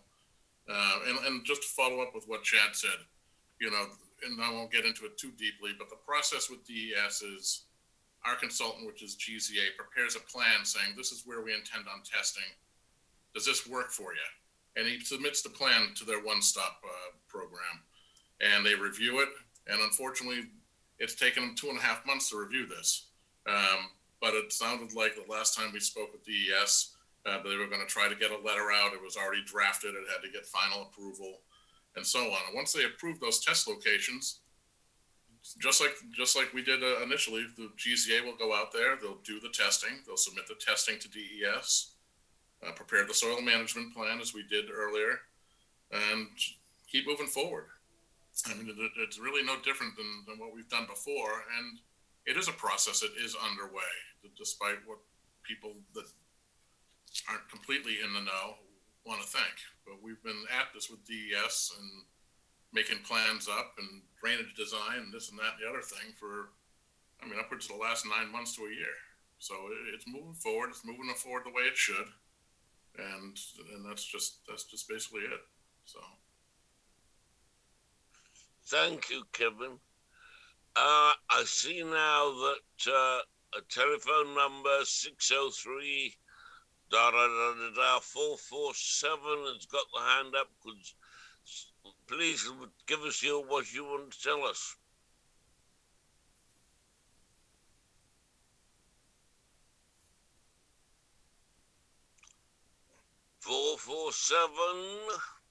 Can't hear you. Please. Hello? We can hear you now. Okay, great. Thank you. Hi, my name is Katie Poirier. I live at 11 Kimberly Drive, Unit 21.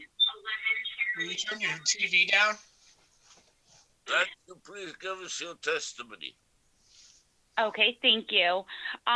So I'm also live in Webster Green, but I also want to speak upon on behalf of my parents who live at 5 Hickory Lane, which is adjacent to Lantern Lane. And I want to echo on behalf of what the previous person spoke to on Lantern Lane, on how the apartment buildings that were recently installed, particularly Building 5, shockingly enough, is not on the plan, either the previous plan site or the current one. The site of this 5th building, if not the 6th or 7th building that they're proposing, is completely unacceptable as far as what these individual homeowners, these people that have single family homes, are now looking at for multiplex buildings.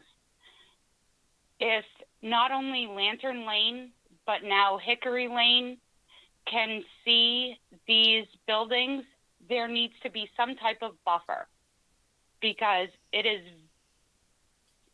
bringing down their property value. And these have been constructed back in the 1960s. This should not happen in 2021. I also want to bring up that this is a public hearing.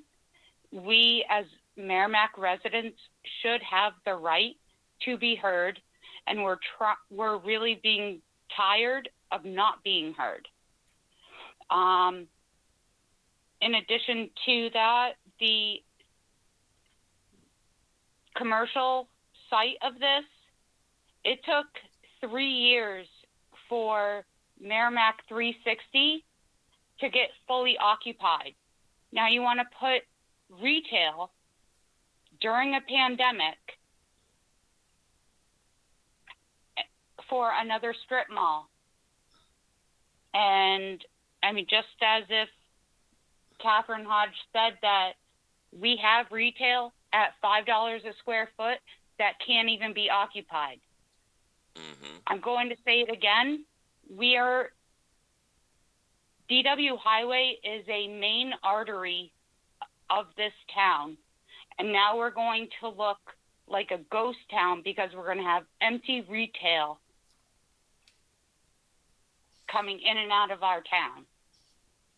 So again, I would just like to see a more revised site plan because Building 5 is not being shown on the site plan, and all of a sudden you have a 6th and 7th building. So if we could clarify that, that would be really great. And again, the fiscal impact, the fire, the police are we're already asking for mutual aid. We have a fire station that's not being fully staffed, which is around this area. And we have these projects that already are approved and not fully built, and we don't even know what's happening around here. And we can't even guarantee that we're going to get the services for emergency help. It's just concerning. So I hope you all take this into consideration, and I thank you for hearing me. Thank you, Madam. I think when you say you're not getting the safety services from the fire, police, and ambulance, that's slightly putting it strongly. Yes, I understand that they are under more concern. I speak from the other end. I'm sitting at the south end of town.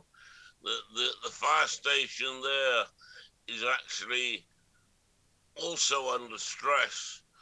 And the last 3 occasions that I personally have needed fire or assistance, I have been unable to get help from there. I mean, I can throw a brick through their window, but on all 3 occasions, my needs were serviced by Nashua.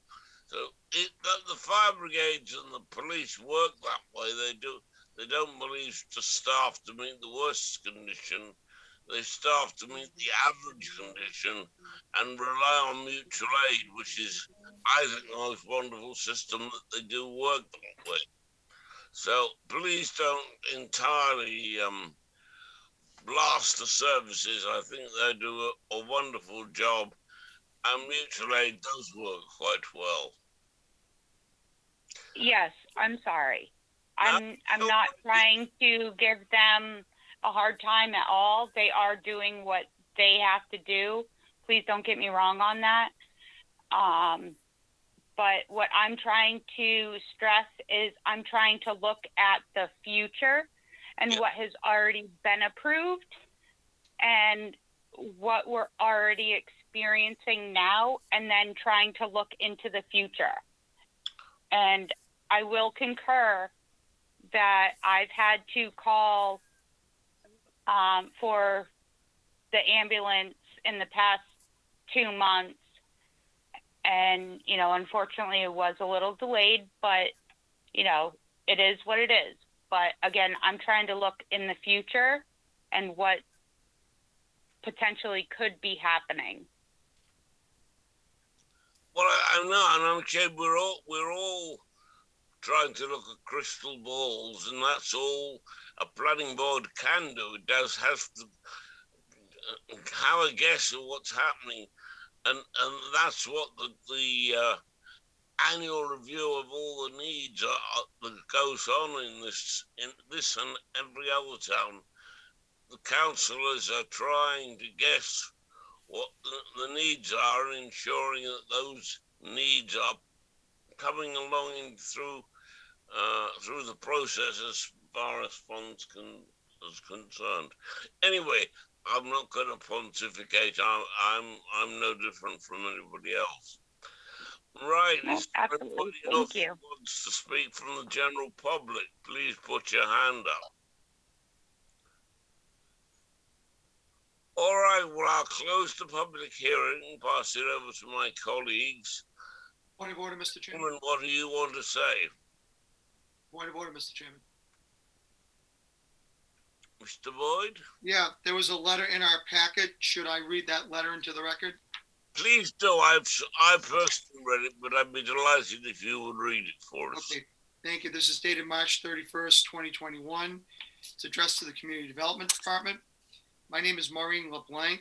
I live at Webster Green Condos. My address is 17 Kimberly Drive, Unit 23 in Merrimack, New Hampshire. I am against the construction of 96 additional multifamily residential units located at 645, 673, 685, 703, 707 Daniel Webster Highway in Merrimack, New Hampshire. We have a water crisis in Merrimack in which Saint-Gobain Company has contaminated our water supply. Nothing has happened to clean up and stop the pollution. I grew up in Woburn, Mass. in the 1960s and the 1970s when W.R. Grace Company contaminated our water supply. I had two brothers that died of cancer in their late 30s because of this crisis. I would like to stress that our water supply should be your first priority. Sincerely, Maureen LeBlanc. There is a phone number attached to the letter, and this will be included in the file for anybody's reference. Thank you, Mr. Chairman. Thank you, Mr. Boyd, for reading that for us. I mean, I think everybody's concerned about the PFAS, and to some extent, we can't blame because I don't think anybody appreciated it. But I mean, I do know that there's a lot of money going into putting right various wells and the rest of it. But anyway, that's my comment. Mr. Walker, please, what have you to say?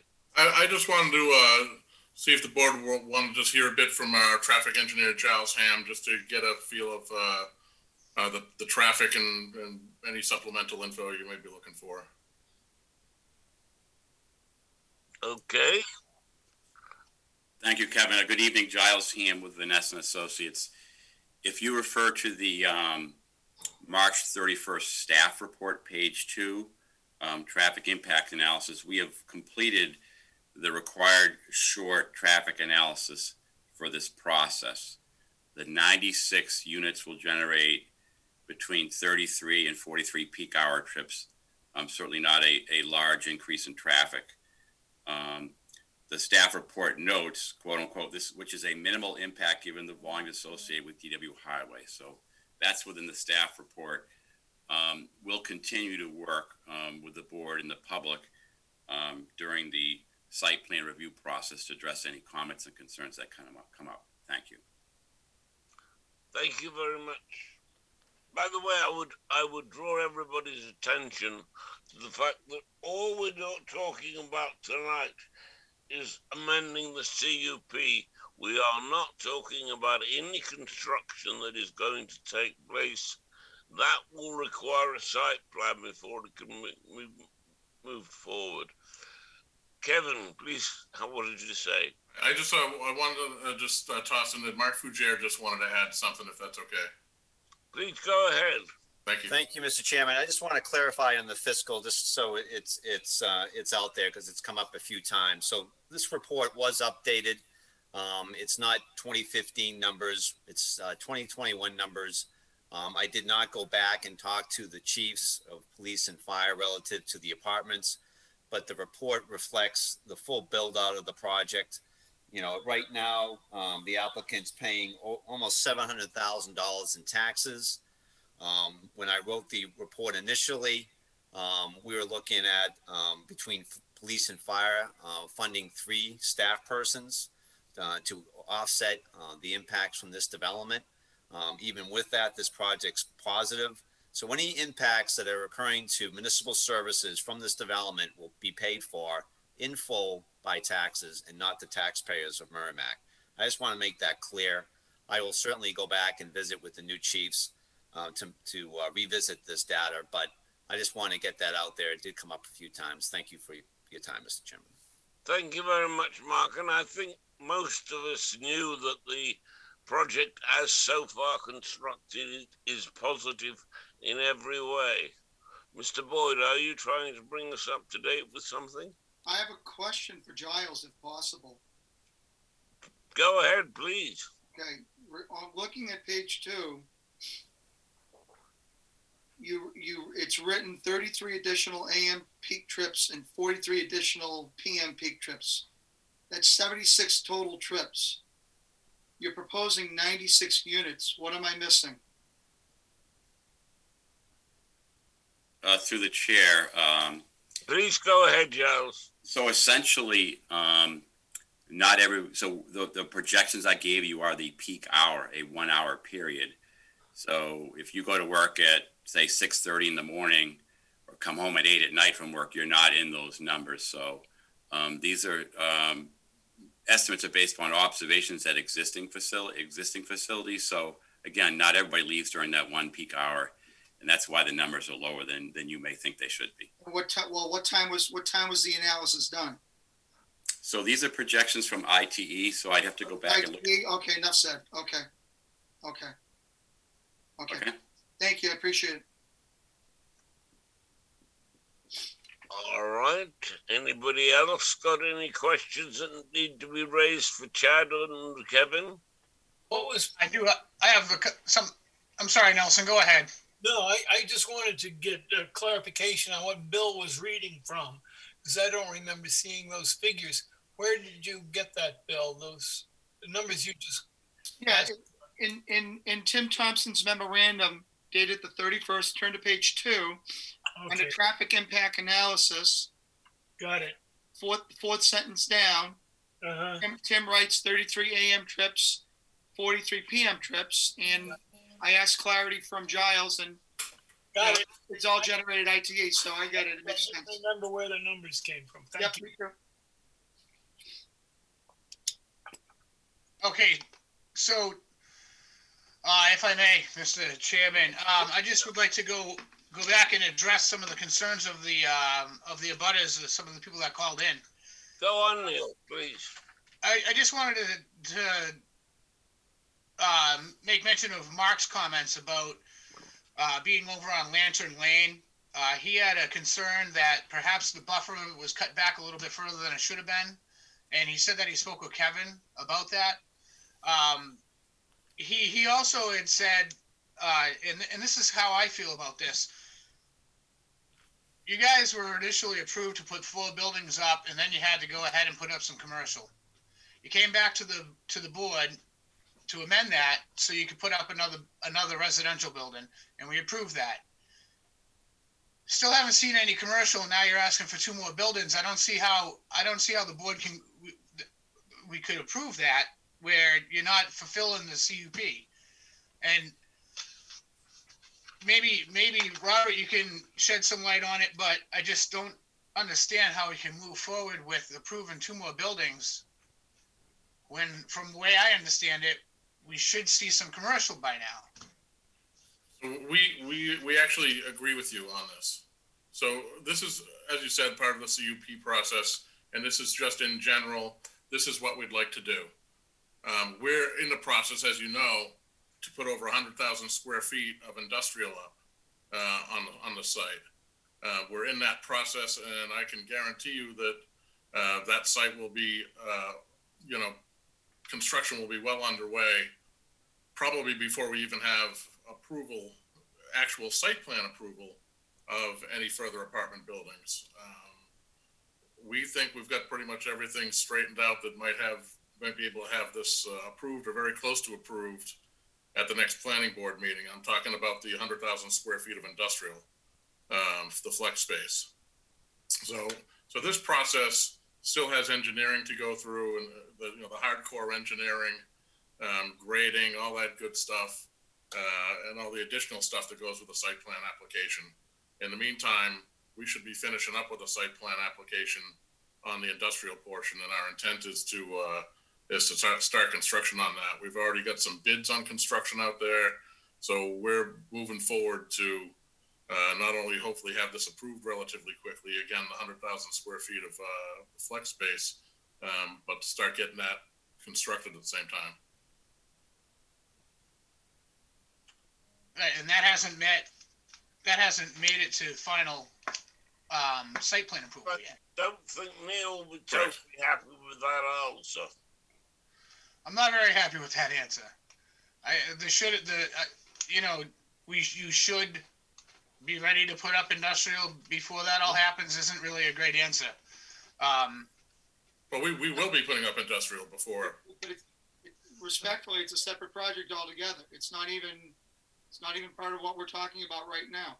I think that's Excuse me, if I could, Mr. Chairman, can I address this? Because it is part of this. It's actually complying with the condition. Time, please. I'm sorry. What was that? Go ahead, Chad.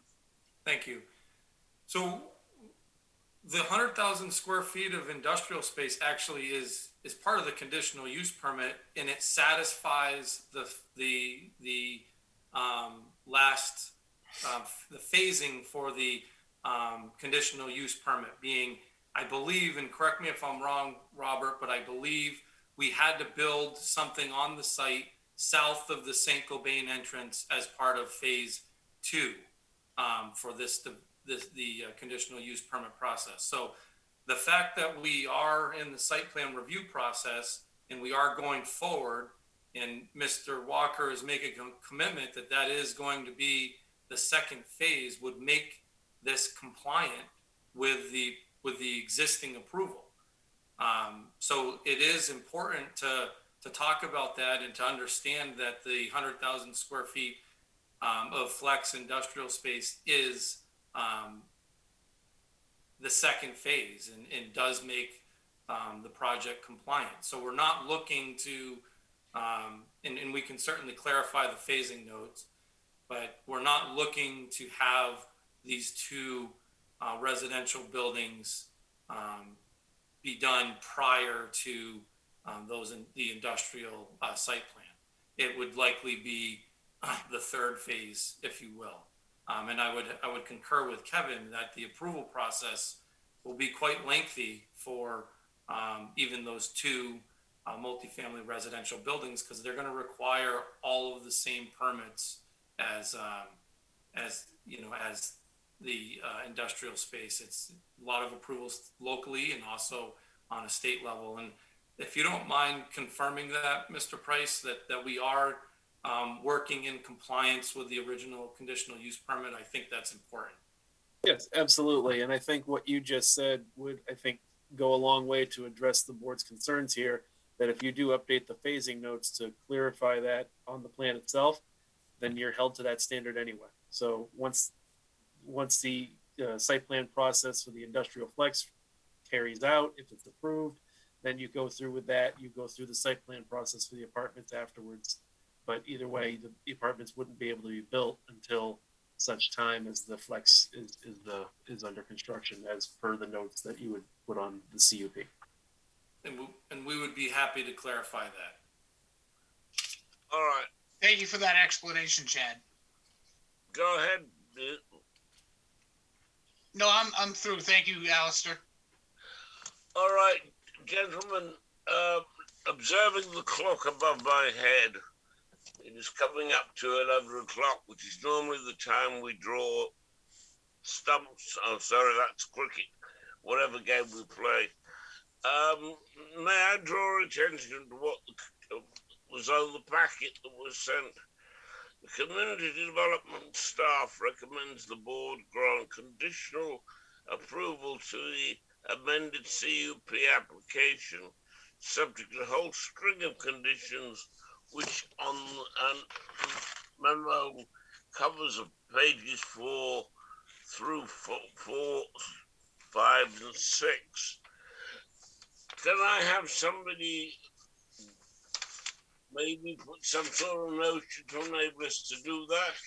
to let us consider further, to consider whether we were going to table this or whether we're going to reject it completely. Something to give us some sort of closure, because I think otherwise we could be here all night.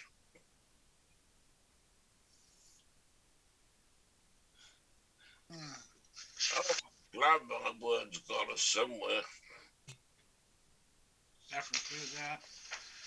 Sorry? Neil? Sorry, Nelson. Yeah, Mr. Chairman, I'm a little reluctant to give this approval the way it is right now. There's a bunch of things hanging, and I will propose that we postpone further action on this till our next meeting and give time to address a few of the issues that have been raised here tonight that I'm not satisfied with the answers to yet. I don't know how the others feel. I'm putting that on the table. Please, Nelson, don't think I'm happy with the answers either, any more than there's too many issues for me. I'm just drawing attention to the rules under which we normally operate. Which is what I think we're talking about having a draw on this tonight, review it in our own time, and then come back to discuss it further. And from what we understand from Chad and Kevin, there are going to be further presentations. I think they said in 2 weeks' time or whatever time they are proposing. Can I ask if that's what we all want to happen? I'd be okay with that. That's what I was sort of suggesting, that we postpone. Thank you very much, Nelson. I'll still sit and wait. I will make a motion, for the sake of making a motion, that we table this until the next planning board meeting, which is the 20th, I believe. It would be the 20th of April. Thank you, Mr. Risco. Is there a second for that motion? Yes, not. I'll second it. Okay. Thank you, Neil, for the purposes of discussion. Okay, I'd like to take a roll call on the motion, which is to postpone this for 2 weeks. Nelson, how do you vote? I will vote in favor of that motion. Paul, how do you vote?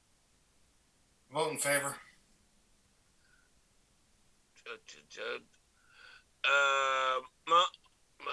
Neil? I'll vote in favor. Bill? I vote nay. You want to continue more discussion tonight? I vote nay, Mr. Chairman. All right. I vote that we also table that for the period of time. So that makes 5-0-0 to table this to date certain. Correction, Mr. Chairman. Mr. Chairman, that's 4-1-0 with me in the negative. Oh, sorry, 4-1-0. Yes, I can't count. All right. I'll take a roll call on that. Nelson. The question is, what we already voted. We already voted, Mr. Right. Chairman. Sorry? The vote's been taken. The vote was 4-1 with Bill opposed. The 1-0. Okay. hearing has been continued to April 20th. So we're now continuing this matter till the, whatever it is. 20th of April. In April. Thank you very much for your time. I know it's a tough subject, and we're going to be coming back to deal with this for several more months, I fear. So otherwise, I'm going to draw a conclusion over this and ask Mr. Burst to take over the chair. Thank you all. Have a good night. Kevin, Mark, Chad, thank you. Giles, thank you. Thank you, Kevin. Thank you. Thank you. All right. Thank you, Alistair, for running the meeting for that item. Item 7 on our agenda is discussion and possible action regarding other items of concern. Does anyone have any other items of discussion they'd like to bring forward to the board? If there's none, the only thing that I would offer up is the general opportunity to ask the public if they're interested in serving on the board. We have vacancies, as do many other boards. Please inquire within if you're interested in volunteering on this or any other board.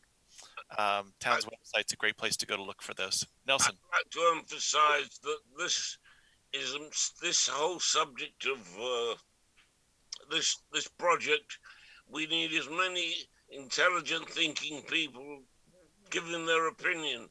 So Robert's request for more volunteers is much in need. Thank you, Alistair. Nelson. Just a question. You had asked earlier about any questions for the staff or whatever. Yes, yes. There was one thing. There's been some email arriving regarding the Monahan project over at on Industrial Drive, and I wondered, is that coming to life? This is for Robert. This question. I can give you an answer to that, Nelson.